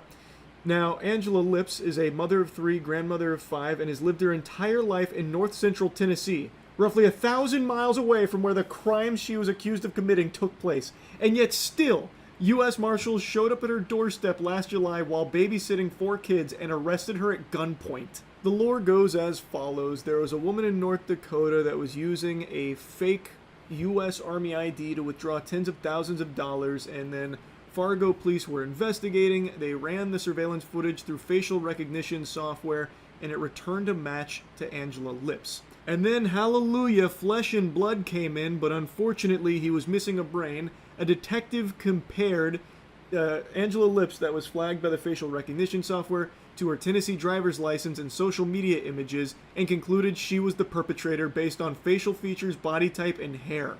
Nobody from the department contacted Lips before U.S. Marshals arrested her at gunpoint on July 14th while babysitting those 4 kids. I already know exactly how that detective's thorough analysis went, because we'd actually already seen this before in the last case I covered of AI incorrectly identifying a suspect and leading to an innocent person being arrested. In that last incident, what happened is the authorities were comparing, AI had flagged somebody, and they were comparing driver's license to the picture, and he just basically said, well, alright, if AI says so. There is this blind trust in AI from authorities like this to just do their job for them. So I feel pretty confident that this detective most likely just did the exact same thing, like, alright, AI said it, and AI's never wrong. She's definitely guilty. Let's, sick the Pinkertons on her. Let's get the U.S. Marshals. We'll rappel down. We'll blast through the windows. Maybe let's just tear gas that bitch. Let's go hog wild. We already know she's guilty. AI's flagged her. I imagine that's exactly how that went. It is incomprehensible that they acted solely off of AI saying that this is probably that person in the video. They didn't contact her, they didn't question her, they did no actual investigation of this woman before swooping in with the U.S. Marshals holding her at gunpoint in front of the children that she was babysitting. And then it only gets worse from there, because she sat in jail for 108 agonizing days before North Dakota officers collected her, and her attorney, Jay Greenwood, immediately requested her bank records, and Fargo police finally met with Greenwood and Angela on December 19th, 5 months after her arrest, and records showed that she was buying cigarettes and depositing Social Security checks in Tennessee at the time police placed her in Fargo. So she literally could not be the suspect guilty of bank fraud in North Dakota. And they didn't bother to do any investigation or anything at all, clearly, and she had to sit there and stew, marinating in jail for 108 days for doing nothing wrong, literally doing nothing wrong and having no idea why she was there or what the fuck had even connected her to this crime. The case was eventually dismissed on Christmas Eve, but the damage had already been done. She had no money, no coat, no way home, and subsequently lost her house, her car, and her dog. This fucking ruined her life, and she did nothing wrong. This just goes to show you nobody is safe. Literally, no one is safe. You right now watching this, you at any moment can get flagged by AI systems as a huge criminal, and it seems like police won't even bother to investigate. They'll just take AI's word and come swoop you up at gunpoint, and then you'll sit in jail for 6 months before they'll finally even entertain the idea of an investigation, from the sound of things. This is just total clown shit. This is terrifying. You can do nothing wrong and still just end up in jail, confused, cock in hand, wondering what the fuck is happening. And they won't even investigate. They just listen to AI as if it's God. They worship it. It's shocking to me. It's scary. She lost her house, her car, and her dog. And they're doing nothing to compensate her for this or anything. And when they did finally dismiss the case, it sounds like they just kicked her to the curb, literally dumped her outside, potato sacked her, threw her out like a, fucking bowl of dirty tomatoes, and just said, good luck, find your own way home. Just kidding, I know you lost it. It's wild just how out of control this is. And this is not an isolated incident. As I've said, I've already covered a case similar to this, but not quite to this extreme. The other person who was found guilty by AI, even though they had done nothing wrong, they were not guilty. AI false flagged them. That person was pretty quickly exonerated. This took 6 months and actually ruined her life. She lost everything as a result of it. Just listen to this. She was booked in Tennessee County Jail as a fugitive from justice from North Dakota. So because she was considered a fugitive, she was held without bail and sat in jail for nearly 4 initial months. And then she got a court-appointed lawyer for the extradition process and was told she'd have to travel to North Dakota to fight it. She even stated, I've never been to North Dakota. I don't know anyone from North Dakota. So even though she's 1,000 miles away, the conclusion that they drew from that isn't that maybe AI flagged the wrong suspect here. Maybe this isn't actually a person of interest. Maybe we should follow up with this and see if this is actually like a guilty person or someone associated with this in any way. Instead of like anything logical or sane, they instead said, oh, she must be a fugitive. So go in guns blazing and throw her in county. And since she's a fugitive, that's no bail and we don't have to do anything else. She can just sit there and rot for 4 months. That's horrifying. So again, you sitting right there, maybe you've done nothing wrong your entire life, but you are not safe from this. Like at any moment, it seems like AI could just false flag you as a suspect anywhere across the country here. So like, let's say a criminal goes out there and does some nefarious activities in Rhode Island, and maybe you did a facial scan to verify your age on Discord a month ago. They have access to that data. Maybe AI thinks that you look vaguely familiar to that criminal all the way in Rhode Island. Well, if AI finds you a suspect, they think you look pretty suspicious. Seems like a lot of these police officers won't second guess it at all, so they might just swoop in and grab your ass, throw you in county, hit you with the, hey, you're a fucking fugitive. You got no rights here, so you're going to sit here and rot for a little while till they can get down here and collect you. Might take a few months, so good luck. Realistically, though, the police would never even say good luck in a case like this. They'd tell you to go fuck yourself, like what they did to Angela Lips. Lips says that the police didn't even offer to pay for her trip home. This is after she was found to be innocent of these crimes in which she spent fucking 108 days in jail for. They didn't offer to pay for her trip home, and with no money to her name, she was stranded in Fargo. Again, this is 1,200 miles away from where she actually lives. Sympathetic local defense attorneys pulled together money to pay for a hotel room, and a local nonprofit called the F5 Project arranged her trip back to Tennessee. I had my summer clothes on, no coat, it was so cold outside, snow on the ground, scared, I wanted out, but I didn't know what I was going to do, how I was going to get home. She says that she lost her home, her car, and her dog as a result of her stint in jail, and no one from Fargo Police Department has apologized for the disastrous mix-up, she said. Yeah, that apology's never coming. Right now they're doing this behind the desk about the whole thing. They kicked this woman out into freezing cold temperatures, snow on the ground while wearing her summer clothes after they collected her from Tennessee many months after they wrongfully imprisoned her for a crime she didn't commit and literally couldn't even be a suspect in, all because of AI and them not wanting to do their jobs. So they get her all the way here in a place she is completely unfamiliar with, no money, no appropriate clothing, and they just push her out there and do nothing. No apology, no compensation, and it's entirely because of the good nature of some like actual generous people pooling money together to get her safely accommodated and then safely back to Tennessee, that she was even able to get home. Well, she lost her home, get back to where she's from. The Fargo police seem like heartless demons here. The fucking crew of Davy Jones in the second Pirates of the Caribbean movie was more nice than the Fargo Police Department here, it seems. This is so out of control. They couldn't even utter like a single like apology or acknowledgement of like man, this is rough. Jeez, tough, man. Sorry about that. Nothing at all. And an apology should be the least of it. I mean this sincerely. Everyone involved in this case should lose their jobs as a result of it. I think that's only fair. They are bad at their jobs. The Goof Troop did no investigation at all, wrongfully imprisoned an innocent woman, and did nothing at all to even try and investigate to see if they got the suspect. So they also let the criminal keep getting away with it too, by the way. So, like, they're just dog shit at their jobs. Like, these fucking worms shouldn't have that position anymore. I think that makes sense. 1,000%. And it makes you question if there's more people wrongfully imprisoned over there in North Dakota as a result of these police officers here that for some reason just let AI police North Dakota for them and do nothing at all on their own to try and enforce justice and actually catch the bad guys. So why the fuck do these police officers still have their job when they're not even doing it? It's AI doing it, and it's doing it poorly. Like, again, they are shitty at it. They shouldn't have that position anymore. This is not how justice is conducted, with just blindly sucking the cock of AI when it tells you that this is the suspect over 1,000 miles away, and you don't question it at all, and then you arrest an innocent woman. This should be a much bigger deal. This should be a much more alarming case everyone should be talking about, because this is a woman who's not even in the same fucking state that has now just spent 6 months in jail over doing nothing. She did nothing wrong. I had no idea what was going on or why. And then ended up getting kicked out of the police department in a state she's not from, with no appropriate clothing for the weather, no money, no transportation, no means of getting home or anything at all, and not a single attempt from the police to try and rectify this, not a single apology from them, no compensation or anything, even though it is solely their fault, entirely their own fault. And they're not even responsible to get her, like, home. They can't even do, like, the bare minimum of getting her back home over 1,000 miles away from where they've just kicked her out over their own embarrassing fuck up, mind you.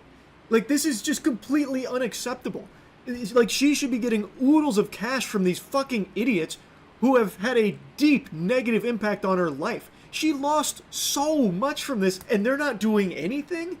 How is that okay? They need to be punished. She should be compensated in a big way.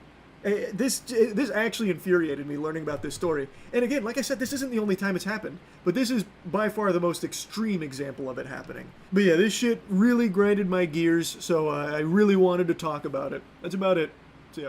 Holy smokes, if you felt the ground shaking beneath your feet earlier today, it wasn't an earthquake. It was the CEO of Crafton getting his cheeks clapped by a judge. What a biblical smackdown. He got good-douched. He looks like a full-blown fool here, an absolute clown. Before diving into the spaghetti and the meatballs of this wacky meal that's been served up here, I'll at least give you the lore for those that don't know. Crafton is the publisher behind Subnautica. I'm confident most of you have heard of that game. It is a massive title, and the sequel, Subnautica 2, is a highly anticipated release. And last year, there was some serious turmoil, some big-time controversy. Crafton dramatically fired Unknown Worlds CEO Ted Gill. Unknown Worlds is the developer of Subnautica, as well as other senior team members. And Crafton also said that the game's launch had been delayed, something it blamed on Gill, even though its team had been working towards an early access release that would have seen them eligible for a $250 million bonus. This was part of their deal. There were certain milestones that they would need to hit, and they were working towards achieving those goals to secure the $250 million bonus. Gill and his former teammates immediately launched a lawsuit after all of that, suggesting that they were outed to avoid that bonus from being paid to them. And Crafton hit back and said the staff had resorted to litigation to demand a multi-million-dollar payout they haven't earned, and then accused the staff it fired of having stolen documents in anticipation of the subsequent legal action, muddying the waters over their exit. I covered this last year as the lawsuit was popping off, and I said then, and I still think it's true now, Crafton's argument is fucking nonsensical. You would have to be hitting whippets for this to be passing the smell test, because this is ridiculous. The claim is basically that the people who stood to potentially gain $250 million all collectively just decided to stop working on their game. They just said, fiddlesticks actually. Bunch of horseradish. I'm just gonna go ahead and not do this job anymore that could net me 250 million clams. In what universe would that happen? Crafton's basically saying like, oh yeah, they stopped caring about the game, they stopped putting any effort in the game and working on it. They just all of them just said $250 million can go right up my ass. Right up my ass. So we had to let them go, we had to fire them, they weren't working. That is mind-boggling to me. That's very peculiar. So you're telling me the people that have developed Subnautica, working hard on Subnautica 2, when incentivized to the tune of $250 million, all said, oh, that's the straw that breaks the camel's back. Don't want to work anymore now. No. I'm going to sit here with my arms crossed and I'm done with this now. I don't want the 250... Like, come on, that's ridiculous. That is ridiculous. I believe their side of things here, where it seems like Crafton was trying to wiggle their way out of this massive bonus that had been written up now, that they would have to be held to, because this is now a very crucial part of the deal. And it seems like they started sweating, panicking, because that is a lot of doubloons coming out of the old piggy bank there. So it does feel like they desperately tried to find a way to weasel their way out of having to pay that $250 million, thus opening themselves up to this lawsuit. And now, fast forward to today, and we're seeing not looking super great on the Crafton side of things here. Let's start with the silliest little nugget that's been squeaked out from this case, and I hope you've got your spitballs ready, because this one's a doozy. So the Crafton CEO allegedly was trying to brainstorm with ChatGPT how to wiggle his way out of paying this big amount, because he was unsatisfied with the contract Crafton signed. So Crafton created a secret task force called Project X. Incredible name, by the way. Very exciting. I can't wait for the huge house party Crafton CEO throws to celebrate how the lawsuit's going. Whose mandate was simple. Either make a deal with the founders on the earnout or execute a takeover of Unknown Worlds. When the founders refused to accede to Crafton's demands, Crafton pulled the trigger. Maria Park, Crafton's global head of corporate development, told Kim that it seems to be highly likely that the earnout will still be paid if the sales goal is achieved regardless of the dismissal with cause. Kim turned to artificial intelligence to help him brainstorm ways to avoid paying the earnout. ChatGPT likewise advised that it would be difficult to cancel the earnout. So even ChatGPT's not on his side, so then he probably went to fucking Grok or something like, Grok, can you put Ted Gill in a bikini and then teach me how to avoid paying him the money? The co-founders allege that Crafton refused to produce the ChatGPT conversations, later claiming they no longer exist. Also, another fun fumble here from Crafton was their last-ditch, desperate Hail Mary allegation against the former developers, where they suggested that the ousted staff had referenced racist views towards Korea and Korean people, due to a note submitted by Owen Mahoney, the CEO and president of rival South Korean video game company Nexon. Now, I hadn't heard that claim before, so I looked into it, and Jiminy Christmas, what a swing and a miss. I don't know who Crafton hired for their legal counsel here, but they did not call Saul Goodman. They fucking called Paul Foodman or something, because they are really not doing a good job here, because it turns out what this is referencing is Charlie Cleveland, one of the key staff that was let go, wrote down a note that was a transcription of advice from other people. So it's literally nothing he even said, by the way, and that's exactly what he made clear. So these are not my words. These are all transcriptions from what we were advised to do, like these are words coming out of two other people's mouths, not mine. Again, every single word, as far as I know in this document, is something that Owen said, not what I said. I'm writing down what Owen told us, so it has nothing to do with my opinions at all. So they put this fucking note in front of me. He's like, "You're racist, aren't you? We got them, they're racist. We knew it. All right, we win, right? Slam dunk, we're done?" But shockingly, that didn't go as smooth as they would have liked it to. And ultimately, it's led to what is just unfolded here now, where I know they're really steaming about what the judge ordered. Judge declared that Gill is hereby reinstated as CEO of Unknown Worlds. The judge found that Crafton had breached the EPA by terminating the key employees without valid cause and by improperly seizing operational control of Unknown Worlds. As a result, the board decision on July 1st, at which Crafton fired the founders, took over control of Unknown Worlds and delayed Subnautica 2, has been declared ineffective to the extent it infringes on Gill's operational control right. Crafton must immediately restore Gill's access to the Steam platform and is not allowed to impede Gill's authority over the early access launch of Subnautica 2. As for the $250 million sales bonus for the development team, the judge extended the eligibility period to September 15th and noted the co-founders have a contractual right to further extend this to March 15th, 2027. I feel like I can actually hear Crafton CEO furiously typing the ChatGPT right now about how to overrule a judge. Oh my goodness gracious heavens to Betsy. Now, I'll get this out of the way up top. This isn't the end of this entire case. There is still a little bit more that's out there. However, this was a triumphant W. The judge came in there and delivered a 619 right to the noodle of Crafton. And again, I know he went tail tucked between his legs right back to the keyboard to ask ChatGPT how to unfuck his butt. Like, my goodness. Like, this is about as happy an ending as you can get, even though it's not fully over.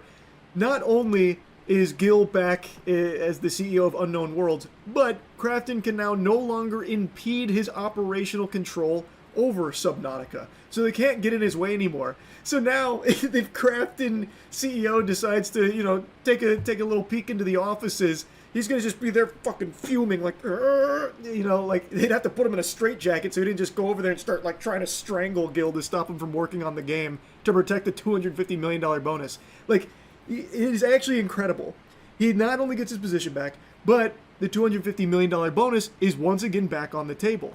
And based on all available information, I'm pretty confident they will hit the milestones required to activate that and earn the 250 mil, especially with the extension and stuff. So this is just a great outcome across the board here. Like, really good stuff. And Krafton, oh, they're being such good sports about it, they released a statement too, wouldn't you believe it? Krafton puts players at the heart of every decision, and that will never change. Over the past several months, Krafton and the Unknown Worlds team have worked tirelessly to strengthen the game and prepare it for an early access release, with a continued focus on delivering the best possible experience for the Subnautica community. We look forward to pushing out the newly updated version as soon as possible for players. While we respectfully disagree with today's ruling, we are evaluating our options as we determine our path forward. Today's ruling does not resolve the former executive's claim for damages or an earnout related to Subnautica 2, with further litigation still pending. In the meantime, Krafton's immediate focus remains unchanged, delivering the best possible game to Subnautica fans.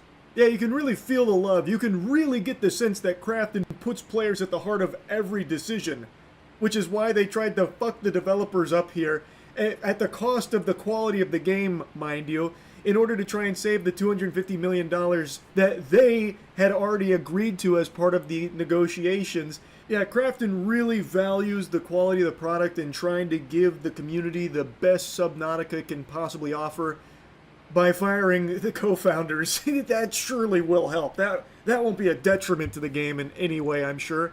And they already blamed the delay on the firing of Gil specifically, from what I recall. So, I don't know, Krafton. I feel like you've shown your whole butt here. I feel like no one believes you. You seem very greedy and very salty about how the ruling went. And they do reference that there is some further litigation, but overall, this is a big W. And it's something I wanted to follow up on here. Pretty incredible stuff, really. That's really about it. So, yeah. There are some stories that are so powerful they transcend the bounds of time. No matter how many years pass, these stories are still talked about, they're still discussed, and they are still remembered. Like the Epic of Gilgamesh, the Iliad, Journey to the West, my battle against that wasp when playing Elden Ring many moons ago, and now today, the story of 7 dogs that escaped from a meat truck in China and walked 10 miles home to their owners. Actually a crazy story that sounds like it's ripped straight out of a Disney film from the 90s. So the story goes that on March 16th, a man named Lou noticed a group of dogs that were walking in formation along a roadway. He found it peculiar, so he started recording them and even tried to lead them to safety, but the dogs ignored him. This video has now racked up over 200 million views, and apparently these dogs were stolen by thieves working at a dog meat shop, and they busted out of the truck and spent a couple of days walking 10 miles in unison back to their homes. They were led by the corgi, who would occasionally look back to ensure that no one went astray. Lou said, "They resemble a band of little brothers in distress moving in unison, nothing like stray dogs." They did eventually return to their owners after this journey here. Apparently, one of the dogs in this group, a German Shepherd, had an injury. They had unfortunately gotten hurt along the way. So they formed kind of like a protective barrier around the German Shepherd and moved together like that. Kind of like out of, fucking 300 or something, where they plant the shields around them up top and in front to block the arrows and everything. It's actually unbelievable, assuming all of this is true. And based on all of the evidence, it does appear to be true. So here's the video that really blew it up. Now, I couldn't find it with original audio. I can only find it with, like, Facebook royalty-free music attached to it. And I decided just to mute it because I don't think it really adds anything to it. But here you can see the group moving out in unison. It does seem like they're trying to, like, shield that German Shepherd in the middle there. And, like, at first I thought it was AI generated. Like, I thought it was just some bogus AI short that they slapped a sob story on. No different than, like, Reddit karma farmers who will just take a picture of their PlayStation 2 and be like, "Man, I still remember my father before he went off into space and then blew up from a cosmic alien attack, giving me this PlayStation 2, and I know it's a little out of date and old-fashioned, but I can't help but keep playing this in his memory. Can I get some updates in memory of my papa?" like that kind of garbage where it's just a bunch of barnacles. So I thought that this was fake. But the more I looked into it, the more sources that were coming out to confirm that it is legitimate. According to the sources out there, after the dogs rejected Lou's help and he was unsuccessful in trying to, get them to safety, he then shared that video online and urged local authorities to step in and help. It was at that point they got the UAV online here from the local Bitter Coffee Stray Dog base that reported that the dogs come from the same village, typically roaming freely together and having formed strong friendships. In response, the base dispatched several volunteers and even a drone to track the dogs and facilitate their safe return home. So they got the cavalry out there in order to get the dogs back safely, from the sound of things. One volunteer claimed that individuals operating a dog meat shop had stolen the dogs, suggesting they may have escaped from a truck, though no witnesses saw their departure. So that component of the story about them escaping from a truck destined for a dog meat facility, which would have obviously spelt their doom, isn't fully confirmed. That hasn't been verified yet, though that seems to be what most sources are indicating is likely what caused them to be so far away, is that they were stolen for that purpose. And I guess it could make sense if they do frequently travel together, as the claim states. If they were all together and then someone just came through and got all of them at once, that would explain how they got the whole kit and caboodle here. But again, it's not fully confirmed or anything like that. But what is true is that this group of 7 dogs was traveling for quite a while, covering miles of distance to get back to their village, to get back home. And they did it all together as like one coordinated troop. It's fucking incredible, actually. Assuming, of course, it is all true, which, again, all the sources I can find seem to agree that it is. One of the owners has apparently come forward talking about the relief. They were the owner of the German Shepherd and the Golden Retriever, stating how happy they are to have them back and fortunate that they were able to return to them. I also saw a couple other images capturing their journey.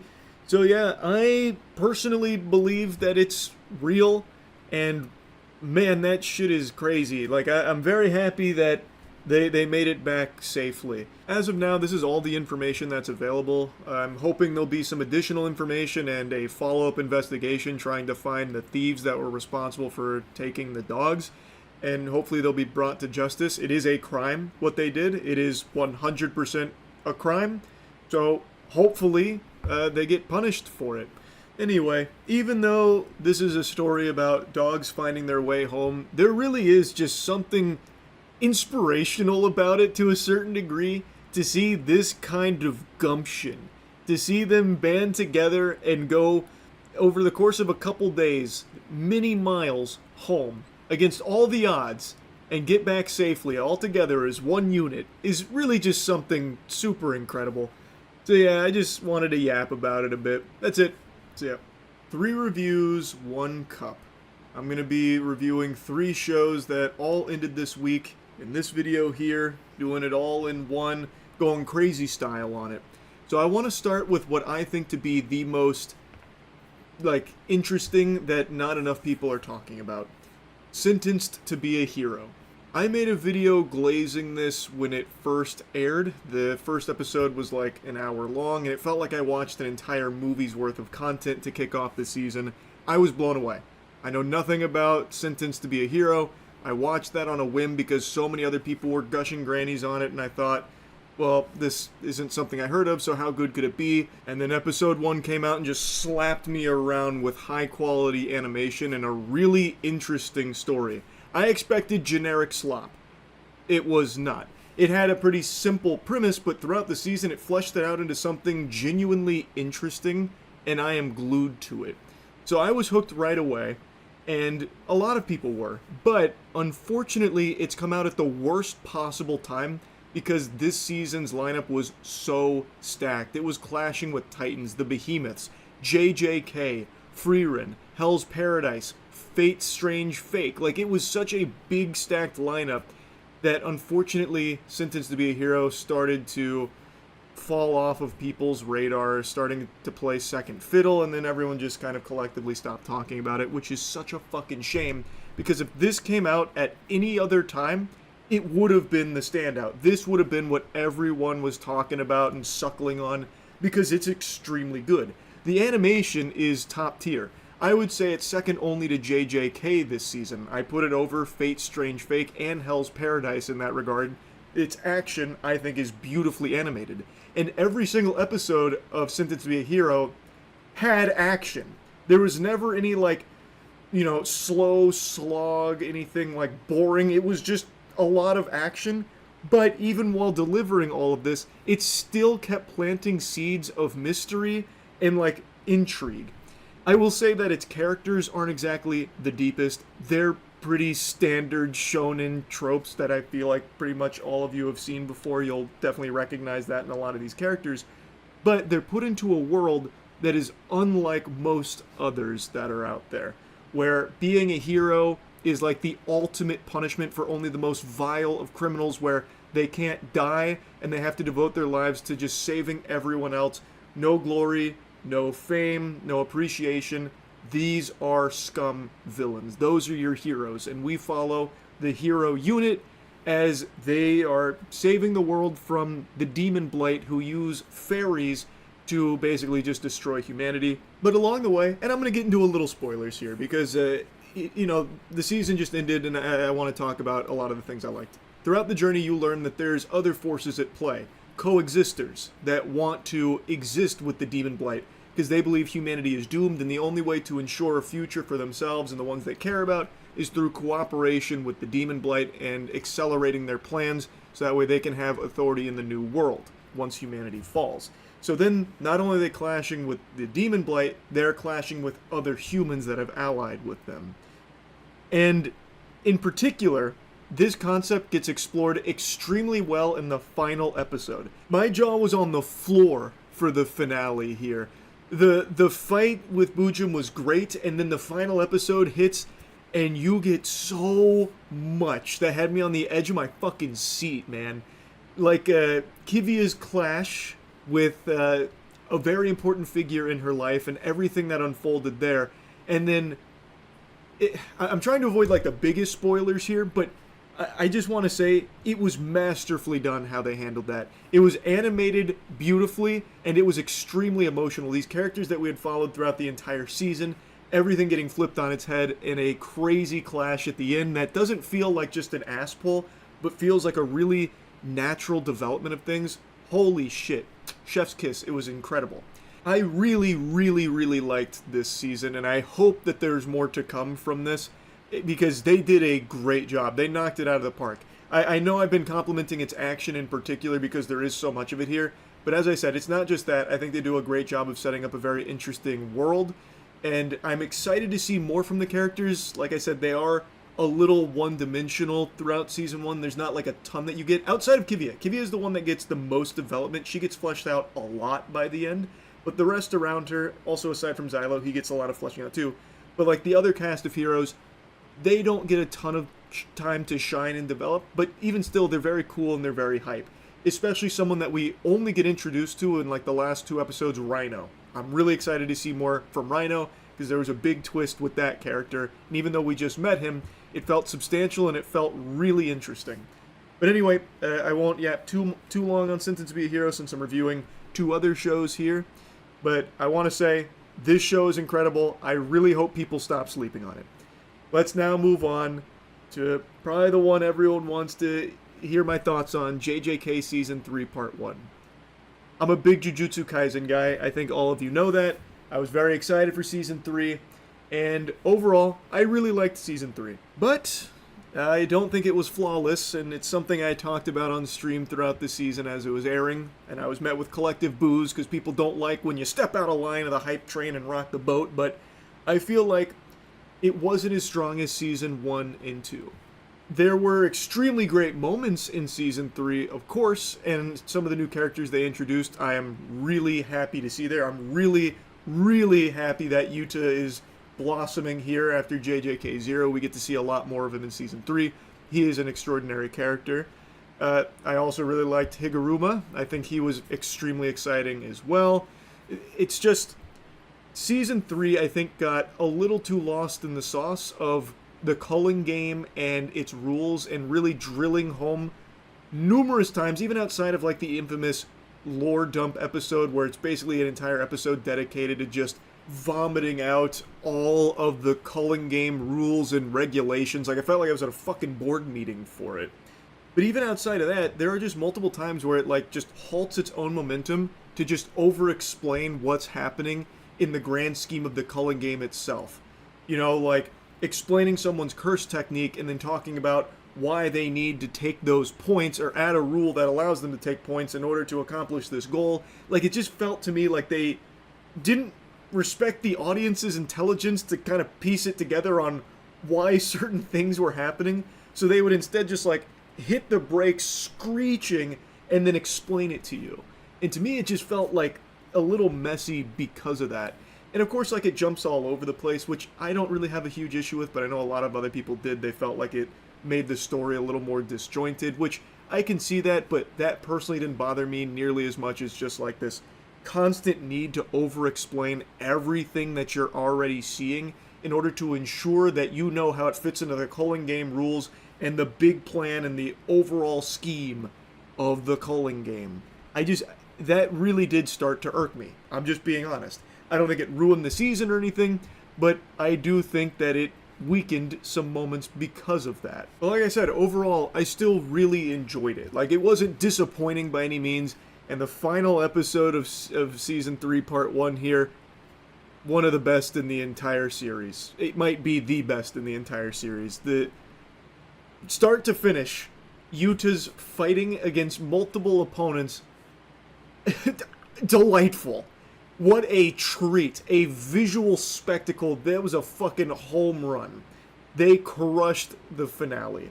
And I'm very excited for part 2. Now, this is a part 1 of the culling games here, so I do think it's also a little unfair to like review it as its own separate thing, because as it fits into like parts 2 and everything that comes next, I'm sure it'll feel a lot better if you were to watch them all back to back to back without like a break in between. But since I'm reviewing everything that ended this week, obviously I'm going to be talking about JJK Season 3 Part 1. Again, I still really liked it. It had incredible moments. I think it also has one of the best episodes in the entire series. It's just, I didn't love how hard they went on making sure you got every single fucking tidbit, every tiddlywink of lore in regards to the culling game, and every single rule and the fine print of every rule too. It just made it kind of a headache that I think, made the pacing a little worse at times. And now let's move on to the third thing I want to review that just ended. I just finished it, Frieren Season 2. You might remember, I didn't watch Frieren when it first started. I was not a day one Frieren enjoyer, and it wasn't until December of 2025 that I went through and watched all of it, and man, did I fall in love with it. When I first watched it, I watched like 4 episodes or so, and I just didn't get into it. But when I watched it in December, it hooked me. Like, after, really getting the vibe of Frieren and what it was doing and how it differs from every other show that I'd seen in recent times, it really started to hit. A word everyone uses to describe Frieren is cozy, and it is, but it's a lot more than just being cozy. Especially in Season 2. It extends far beyond just being some kind of, slice-of-life comfort show. It really is just a show that gets you invested in a journey and what it means to enter a time of peace and just appreciate the little things and every experience that comes your way. We follow a party that is many years past a grand journey that Frieren was on, where they defeated, the ultimate evil. The land is saved, and by all accounts, we're in peaceful times. It doesn't mean that everything's sunshine and rainbows. There are still monsters out there. There's even still demons, and occasionally the party we follow now of Frieren, Fern, and Stark will kill some of the demons or vanquish some monsters, but oftentimes they're just doing real simple chores. And we're meeting some characters that we only spend an episode with, but they leave a lasting impression. It's just a very human feeling of like how characters connect with each other, helping one another, and recounting a journey and trying to really hold on to those memories and an experience. I just think Freerun does a good job of making you care about every character that you come across and root for this new party of heroes. And Season 2, they now are in a much more dangerous location. They're in the Northern Plateau where there's a lot more turmoil, there's a lot more chaos. Things are not amazing. And in fact, the highest rated episode in Freerun was in this season, and it's an episode that's entirely action, where they're fighting a four-armed, four-sword wielding demon. And it's a fucking hype episode. So, like, there is action here, but it's not the bread and butter. And I really appreciated the action here, but it's also not why I'm watching Freerun. It's not like I'm going into every Freerun episode hoping that they're gonna fucking, you know, blast this demon, face fuck a demon lord or something. Like, I'm there because I want to see them go from village to village, maybe get a new grimoire that helps them, you know, butter some waffles more effectively with a spell, and they help this individual or help this town by doing their fucking laundry or something. Like, they make such trivial tasks and chores have such a deeper meaning to them, and it's easy to feel like a connection to that. Which is why I think this show hits so hard for so many people, myself included. It's just a really unique show in that regard. Now, Season 2, though, I will say, it's short. And, of course, that's not a surprise. We knew going in it was going to be 10 episodes, but it feels really short. But the finale, I think, is very strong. I'm very excited for where it's going to go when it comes back. They set up an incredible encounter here with a character that we knew from Season 1, Dinkin, against one of the most powerful demons in modern time, one of the Sages of Destruction, that's taken over his homeland and turned it to gold. I'm very excited for that clash, and I imagine that's going to be a pretty pivotal moment in the next season. I just wish this season was a bit longer. I wanted to spend more time with these characters and on this journey. The 10 episodes, to me, didn't feel like enough, which is a good complaint to have, that you want more because it's just that good. Season 1 had a lot more episodes, and I don't know, I just want more Freerun is all. So the season did feel a little short. It's not that it feels incomplete and it doesn't feel like it's, you know, abruptly ending or anything. Like, I feel like it had a pretty solid conclusion. It's just, I don't know, I wanted more episodes. That's really it. That's my only real complaint for Season 2. Anyway, these are the 3 anime that concluded this week. I know Hell's Paradise is right around the corner, as well as Fate's Strange Fake, but I didn't really want to wait for those 2 to end before dropping some reviews here. Plus, doing 5 reviews in one video seems a little too ambitious. So anyway, just wanted to give you my thoughts on these. That's really about it. So, yeah. That's the noise Mario makes in Super Mario 64 when he takes damage. Not the best impression, but probably not the worst either. And right now, Mario is making those noises because he's taking damage in real life, judging by the reviews on his new movie. This has nothing to do with today's video topic, by the way, but right before I started filming, I saw the headlines that Super Mario Galaxy is, like, bad. So it's getting pretty terrible reviews, which surprised me because I assumed it would be business as usual. I liked the last Mario movie. I thought this would be more of the same. And the last Mario movie had average reviews. This one has catastrophic reviews. People talking about it like they went in there and Mario gave them a fucking knuckle sandwich and a wet willy. They hate it. And definitely had me raise an eyebrow there because it makes me wonder, is it actually bad or what the hell's gone wrong? Not that it matters because it's Mario. It's still going to gross $1 billion. But I'm very curious to see how this movie actually is on Thursday. Anyway, though, today's video topic is kind of a smorgasbord of things. There's a lot that I want to blabber about. First and foremost, JoJo's Bizarre Adventure Steel Ball Run. It's the newest season of JoJo's. It's part 7. It's been very highly anticipated. Most of you know I like JoJo's Bizarre Adventure. Most of you also know the fandom does not like me at all. They treat me like Bikini Bottom treated SpongeBob when he had the bad breath. I'm ugly, and I'm proud. And the reason why they don't like they don't like my take on it. I love JoJo's Part 1, Part 2, Part 5, and I haven't finished Part 6 because of Netflix's release schedule for it, but I like everything I've seen in Part 6. Coming close, get ready. Hope you're sitting down. I don't like Parts 3 and 4. I know. Steam collectively just exploded out of people's ears. Part 3 was okay. I didn't love it. It just dragged so much. And Part 4, it falls into my least favorite genre of anime, which is slice of life. It's predominantly slice of life until Kira's introduced, and I loved Kira. Everything that happened when Kira came was wonderful. Everything before that, way too slice of lifey for me. Is what it is. Anyway, JoJo's Bizarre Adventure Steel Ball Run just dropped, episode 1. You may have seen, even if you're not familiar with the property, that it's one of the highest rated anime episodes ever. And fans were really excited to get more. Only to be met with this fucking wedgie that second stage, episode 2, will be coming at some point in 2026. No release date, not even a release month. Just this idea of episode 2 coming out at some point this year. Very, very disappointing. Now, I mentioned with Part 6, I didn't actually finish it because of Netflix's release schedule.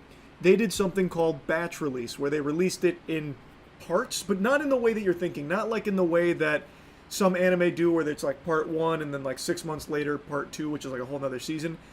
Netflix did it in like a really counterintuitive way, and it just completely ruined the momentum of the show.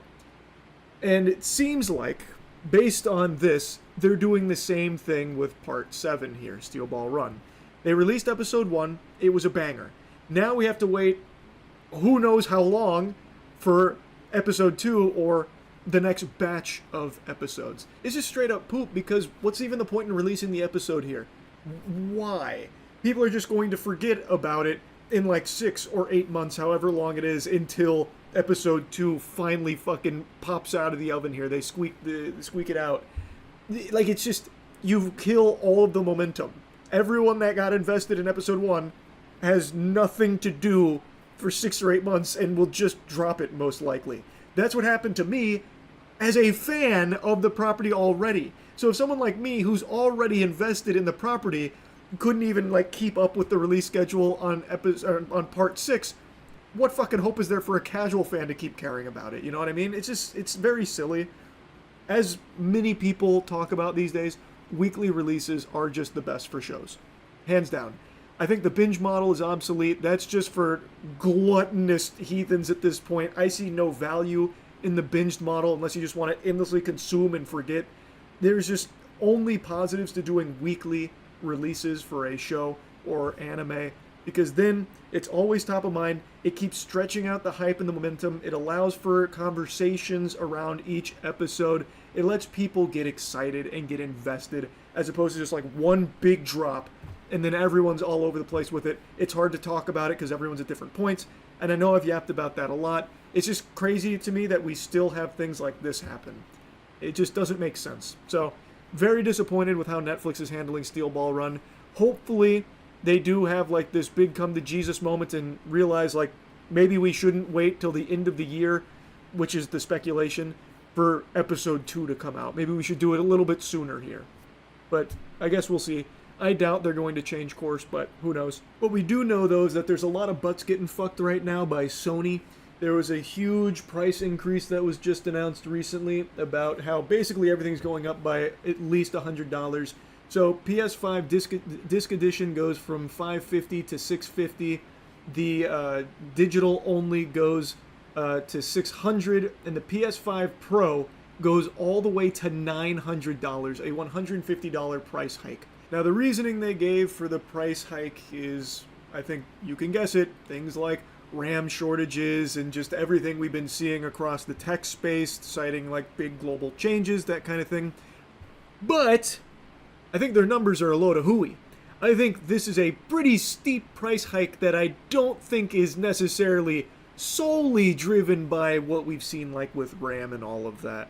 I think they figured that they could probably get away with it, and it probably wouldn't hurt their bottom line. They're also probably right. I think people will still continue to buy PS5s, even at $900 for the Pro. Yeah, it sucks. Not a very happy announcement here. You best start believing in face fucking. You're in one. And it won't just be Sony. We're going to be seeing price increases pretty much across the board on tech, I imagine. Even though I did see some glimmers of hope, like some good news, like with the AI, floundering that we've been seeing recently with OpenAI and all that. So maybe there's like signs of life there that, everything won't get absurdly expensive instantly, but I don't know. It's hard to have any level of hopium at this point in that industry. Anyway, though, huge tonal whiplash here. I want to give you something cool, something that I found to be surprisingly good, which is the Backrooms trailer. Most of you know this. I don't like the Backrooms. I haven't liked any of the Backrooms games I played. I haven't enjoyed the Backrooms products. It just, for some reason, it just doesn't do it for me. Now, you can huff and you can puff, but you won't be changing my mind. It's just not my cup of tea. That being said, everything I've ever seen from Kane Pixels seems cool. Like, if you're a fan of Backrooms, everything he's been doing with the property does seem really hype. And now, after watching this new trailer, I am pretty excited for the movie myself, even as someone who's been quite the Scrooge on Backrooms. So, I just wanted to make a mention of that. I was very pleasantly surprised by the quality of this trailer, and I really hope the movie slaps. Coming at you with another huge change of direction here, big change of pace. I cannot stop giggling at the Lindsey Graham Disney trip. Lindsey Graham, big fucking goober, absolute fucking weirdo madman. He took he claims it was like, a big business thing, and then he did a little R&R at Disney afterwards, because he was in the area. And so Lindsey Graham, naturally, of course, went to Disney World by himself. No kids. Lindsey Graham, no kids, by the way. Took a solo excursion to Disney, and boy, did he live it up. He probably was, hitting some of these cool little moves, hot dog, trying to get Mickey's attention. He got himself a bubble wand. I think he was spotted with a secret family. No, he was not. Yeah, I gotta show you this picture here. I know we already talked about him earlier, but it is just so fucking wacky. I gotta show you the magic wand. Oh, it was a bubble wand, excuse me. I didn't mean to besmirch the good name of Lindsey Graham's childless Disney excursion. Look how much fun he's having. He's having such a good time. No kids, by the way. Bro, raw dogging his Disney vacation. Yeah. Why is he all by himself? He's a fucking freak, man. I don't know. I love the idea of someone recognizing him and taking a stealth photo. Yeah. I'll be honest. I would not recognize Lindsey Graham. He just looks like a normal spaced out old guy. Like, he has no uniquely defining features. Now, everyone started clowning on Lindsey Graham for this, naturally. And so, pretty much immediately upon, like, the flood of people spitting on him and poking fun at him, he posted this photo trying to look cool. Like, look how hard I am. See, look, I'm not gay or anything. I'm bubble wand. Never heard of such a thing. The only wand I know is the wand that spits lead. Look at me shoot these clays. I think I may have laughed harder at him posting that picture than I did at the actual Disney photos of him being spotted there like fucking Sasquatch. It had me actually hooting and hollering, because I just know this freak was having a conniption. He was there with a cold sweat and a panic, like, okay, oh my god. Alright, we've got to turn the tides here. Okay, what's the coolest thing I can do right now? A kickflip. Shit, no, I'm like 90 years old. I can't get around like I used to. Geriatric. I went clay shooting once. I might have a picture. Yes. They won't call me gay when I post this. Watch this. Bang. And then he just drops that little fucking nugget there. It was beautiful. Actually glorious. So, yeah, I had to yap about this too here. Like I said, it's just kind of a charcuterie board of little topics I wanted to discuss here. Anyway, I'll stop blabbering. That's really about it. See ya. Wahoo! Is something you won't be saying if you see the new Super Mario Galaxy movie. It'll be more like a... It's not amazing, but it's not nearly as bad as a lot of people are claiming that it is. Well, I say not nearly as bad, but that's a bit too generous. It is almost as bad as some of the reviews claim. It's not very good, is the point. And this is coming from someone that liked the last Mario movie. even though a lot of people like to spit and shit on it for being like too simple and not, great movie overall. I'm just okay with that because it's a fucking Mario movie. I'm fine with it being simple. It was entertaining, and I think it did what it needed to do to be enjoyable for anyone. Like, not just for kids. Like, even families, I think, could go there and just have a good time. Like, the parents wouldn't, like, be miserable. With Super Mario Galaxy, though, I think adults will be miserable. Kids probably won't care because this is Jingling Keys, the movie. That's how a lot of people are describing it. It's very accurate. This movie is all over the place, just constantly, going nuts to butts here with cameo.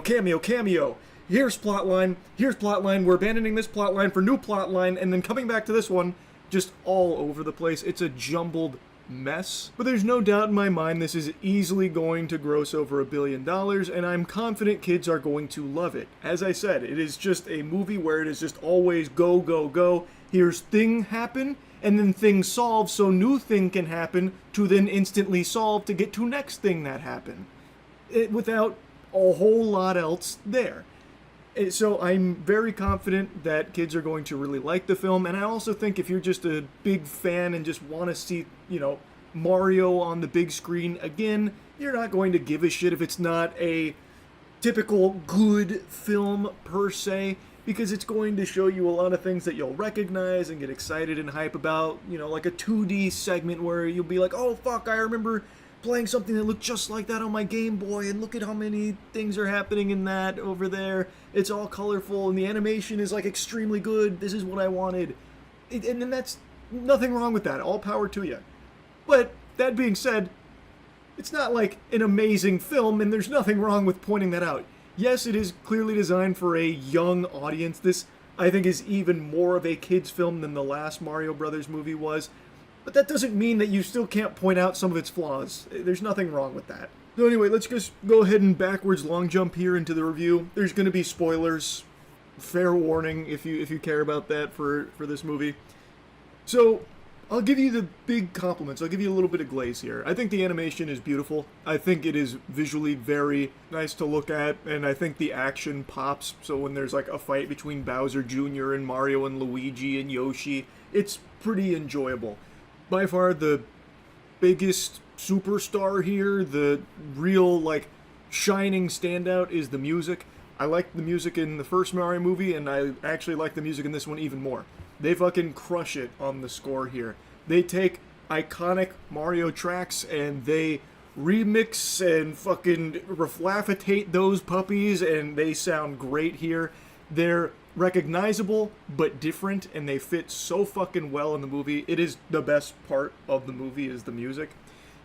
And those are the only two real compliments I can give it. So, let's start with something I've already briefly dropped some breadcrumbs on, which is just how messy the structure is.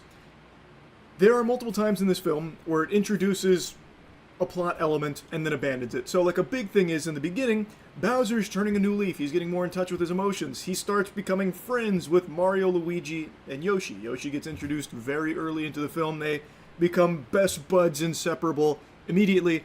Bowser is, he's been hit with Mini instead of Wumbo, but then eventually gets Wumbo-ized, and he still is like buddies with the crew. And Mario's of course skeptical, but Bowser actually makes a pretty big sacrifice in order to protect Mario, Luigi, and the gang. And then, immediately after making that sacrifice, where he has to work in the mines, Bowser Jr. just abducts him. And then the second he gets abducted, he's like, those are my friends. And Bowser Jr.'s like, yeah, but friends are a weakness. He's like, you know what, you're right. And then that's it. That's the end of that whole thing that they just spent like, I don't know, a good 15 minutes building up, and you think it's going to play a role and like be something that they teeter around with, but no, it just completely gets abandoned. They wipe their ass with it. It's just like that. He goes, oh, you're right, friends are cringe. And then that's the end of it. It doesn't come up again at all in the film. And there's a couple other examples of things like that where they introduce something or a plot element only to immediately get rid of it. That's just the most egregious. And another thing that keeps happening in this movie is that something will happen, and then it's like this big problem. For example, this has already been spoiled. I can't believe they dropped this before the movie came out. Fox McCloud is in this movie. actually would have been a super hype reveal if I didn't see all the press about Fox McCloud being in this film. But he's here. He's probably the coolest character they introduce. And Fox McCloud is taking them to the planet that Rosalina's been captured. And on the way there, things kind of go tits up. And they end up crashing on another planet that seems like it's going to be a huge hurdle. Like, oh no, the spaceship is kaput. Yeah, it went kablooey and now we're stuck here. What are we going to do? But then luckily, Luigi did like a single 5-second broadcast that Rosalina's children picked up on. And here they come scooting in sideways right to this planet in the middle of fucking nowhere. They just come right in. Fox takes the ship. And then they go like maybe 2 blocks in the solar system to planet Bowser, which is a brand new planet that luckily is only a tiny little stroll away. Just literally like maybe 25 feet away from this planet that they've crashed on, and now they have a ship so they can go there and do the final fight. It's just a whole movie that feels like it wants to speed run through things to make you point at the screen and go, oh, I recognize that.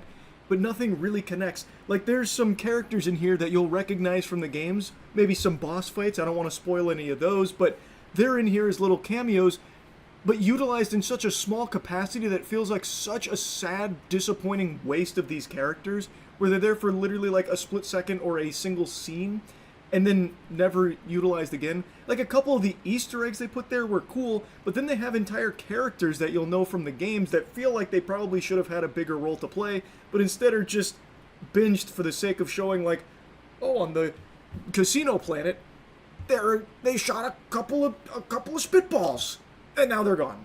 It's just, I don't know. It feels like it just wants to run through everything that you'll recognize from the games without having it actually flow in any way. Whereas the last Mario Brothers movie, even though it was like simple, it did feel like we got like a cohesive journey.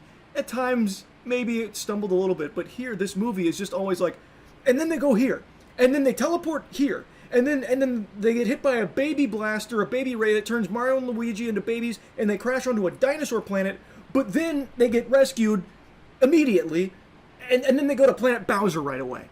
It's just, I don't know, nothing to me really flows at all, so it's just disjointed, and it leads it to just feeling like really hollow, and just trying really hard to capitalize off you being like, oh, I recognize that, how cool. And like I said, there are a couple Easter egg moments that are cool. Again, Fox McCloud, if it wasn't already spoiled for me, would have been like a very shocking surprise to see in this film. And he is cool in this movie. He doesn't have a lot to do. I'll go ahead and spoil that. He has like very little to do. Like, he does like a bit of space combat, gets hit with the baby blaster, they crash on the dinosaur planet, and then he drives into planet Bowser. He has maybe like 8 or 9 lines, if that. So it's like very little that he has, but I mean, he is a cool presence there. But like I said, it's just one of those things where it feels like they wanted to shoehorn in as many things as possible that you would recognize from their properties. So like, even Game & Watch is here for like a very brief appearance in a fight. But you want to know who's not really here, and it's very odd decision? Rosalina and Lumos, by extension. It's a Super Mario Galaxy movie with very, very little Rosalina in it. Like, I actually think Fox McCloud has more screen time. I haven't checked the stats or anything on it. I would wager Fox McCloud, who is a supporting character, but also, like I said, doesn't have a whole ton to contribute here. I still think Fox McCloud has more screen time and probably more lines than Rosalina. Very odd choice, I'm gonna tell you right now. I don't really know what that decision was. Anyway, no real reason to keep yapping about it. It's not an amazing movie. I don't think it's as bad as a lot of people are saying it is, but it's still not very good. I think it is a big step down from the last Mario Brothers movie, though. Anyway, that's really about it. So, yep.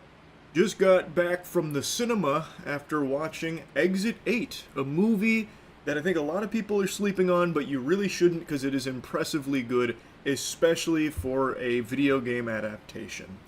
Exit 8 is based on a game of the same name, and really a game that kind of popularized the anomaly hunting genre of horror games, which is a genre that I've really started to fall in love with. Every time I play an anomaly hunting game for the gaming channel, I get fucking hearts in my eyes like an anime character. It's just a lot of fun, and Exit 8 was what really, propelled it into the, mainstream consciousness. Also, the gaming channel, Moist Critical Gaming, is by far the best gaming channel on YouTube. Just started my Sly Cooper marathon as well, so now's the perfect time to go subscribe over there. But I'm playing fucking hundreds of games a month for that. Anyway, Exit 8 is a very solid game. But I had no clue there would ever be the potential to make a good movie out of it, because it's very simple. You are trapped in an endlessly looping subway tunnel, and every time you try and go forward, you end up just going back to the very beginning.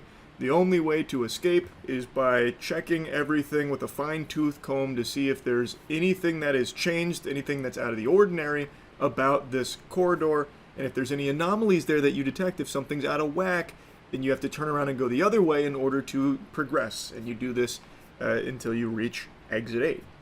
Like, it's a very simple game premise that was really fun. It had a lot of cool, like, anomalies that they threw at you.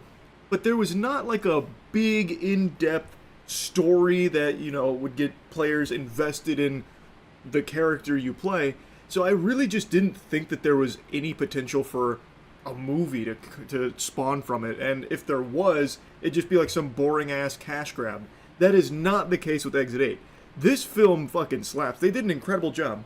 The whole first, like, 15, 20-ish minutes of the film is POV. It is first person of the character that we are following, and it actually feels straight out of the game.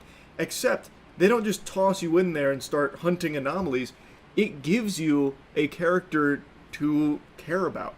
He is a very passive guy. He's on the subway. There's a lady with a baby that the baby is crying, and now she's getting berated by an angry rider, an angry passenger there, and he just tries to tune it out, go about his day, just trying to avoid confrontation the best of his ability, and just fly under the radar.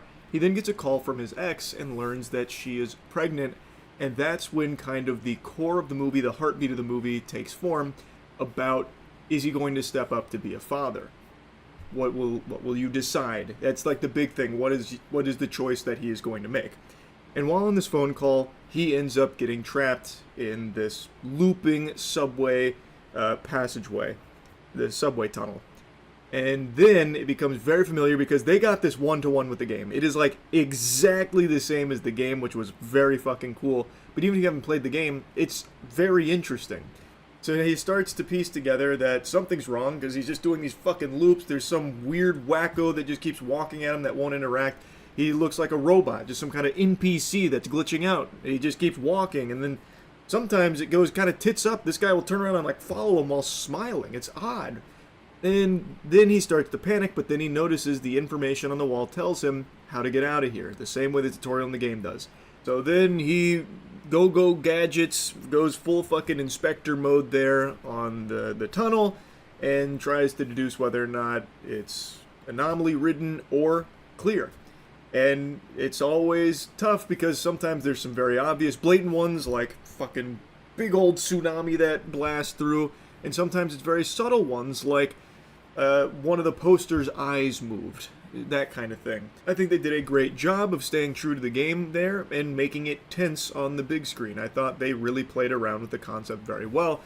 But what really elevates this from just a gimmick movie into just like a very solid movie on its own two legs is that this is a character that you actually root for. It's a character that grows steadily in this environment.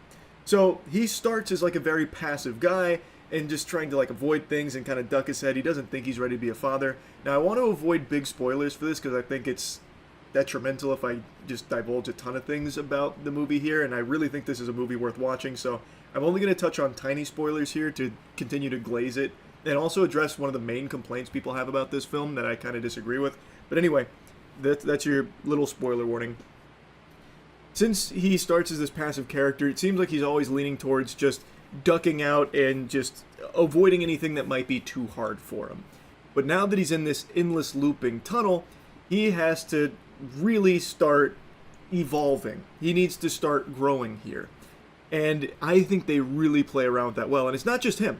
They introduced two other characters as well, such as the Walking Man, who was a really interesting character. It wasn't like just some flat throwaway character. They fleshed him out in a really fascinating way. And then there's also a boy that gets introduced here. And that is when the whole thing changes. So, once he figures out the rules here and how to escape, he starts, learning The second I see an anomaly, turn around and go the other way because it might be dangerous if I don't. So when he's doing one of his investigations, he instantly sees a child there. Just this boy that's standing in the middle, so he's like, yep, obviously that's a fucking anomaly. So he turns around and goes the other way and expecting it to progress, but it actually resets his progress to 0.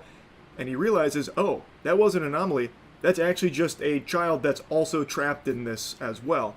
And then the two of them work together to try and get out. But it's obviously not that simple, and now he has to kind of be like a father to this child here and protect him. He takes on a more protective role when, before he arrived at this endless subway tunnel, he might have just did exactly what he did on the subway itself and just tune it out, ignore it, and go about his business by himself because it would have been easier. But he steps up here as he continues to grow. I think it's a gradual, well-done development of this character through a really interesting way, and it's also shot in a very interesting way. It's not like the craziest cinematography ever, but it's really well done, and it makes you care, and it keeps the shots interesting, which also elevates like the anomaly scares and frights and spooky stuff, that kind of thing when the anomalies happen. And that brings me to what it seems like a handful of people are really complaining about with the movie, and that's the fact that he doesn't always just immediately turn around and leave the second that he notices there's an anomaly. He, and by extension the child, investigate the anomalies, which that people are chalking up to being bad decision making. In the game, for instance, in Exit 8 the game, the second you see an anomaly, you basically sprint back the other way in order to progress the game. In the movie, he tried that with the child, and it turns out that wasn't an anomaly. So I actually think they do a good job of showing why he investigates the anomalies more so after that, because he had already tried just instantly turning around when he thought he saw an anomaly, only to realize, nope, that was normal. So I feel like that makes sense there, but also there's a bigger messaging with it. And this is where it's going to be spoilery. There's no way to avoid this. This is a bigger spoiler. But him investigating the anomalies is what helps him grow as a character. Like, for instance, the most important moment in the film was the anomaly where the door opens, which the second the door opened, they could have turned around and left, and it would have been correct, because obviously something's out of whack, it's an anomaly, and you have to go the other way to progress. But they opened the door fully to see what's on the other side, which everyone's like, why would you do that? That's fucking stupid. These are dumb characters making dumb decisions. And yes, it is a dangerous decision. They could have just opened that up into like a fucking wood chipper or something, or just fell into an endless void like the Oblivion, just this giant shithole. Very possible. But the messaging there, when they open it, what he sees is himself on that subway ignoring the woman and the baby that are in distress because of this asshole that's now like attacking them.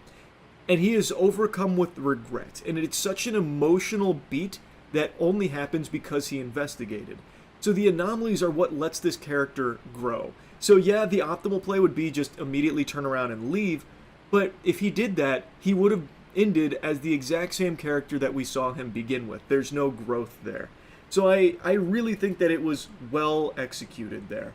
Yes, you can nitpick it saying like, it's stupid, that's suboptimal, but without it, he doesn't change. And his change and everything he learns about himself and his journey throughout his time in the Exit 8 endless tunnel there, the fucking treadmill there, that is what the movie is about.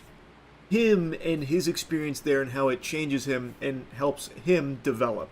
And I thought they did a great job with it. They took a very simple horror game concept of basically, you know, that old game you'd play in the picture books where what's different with this picture and this picture? Circle it. You win, that kind of thing. They took that and used it as a character development tool and set up a really interesting world with it. I was really impressed with how they used it in Exit 8. I thought they did a great job with this movie.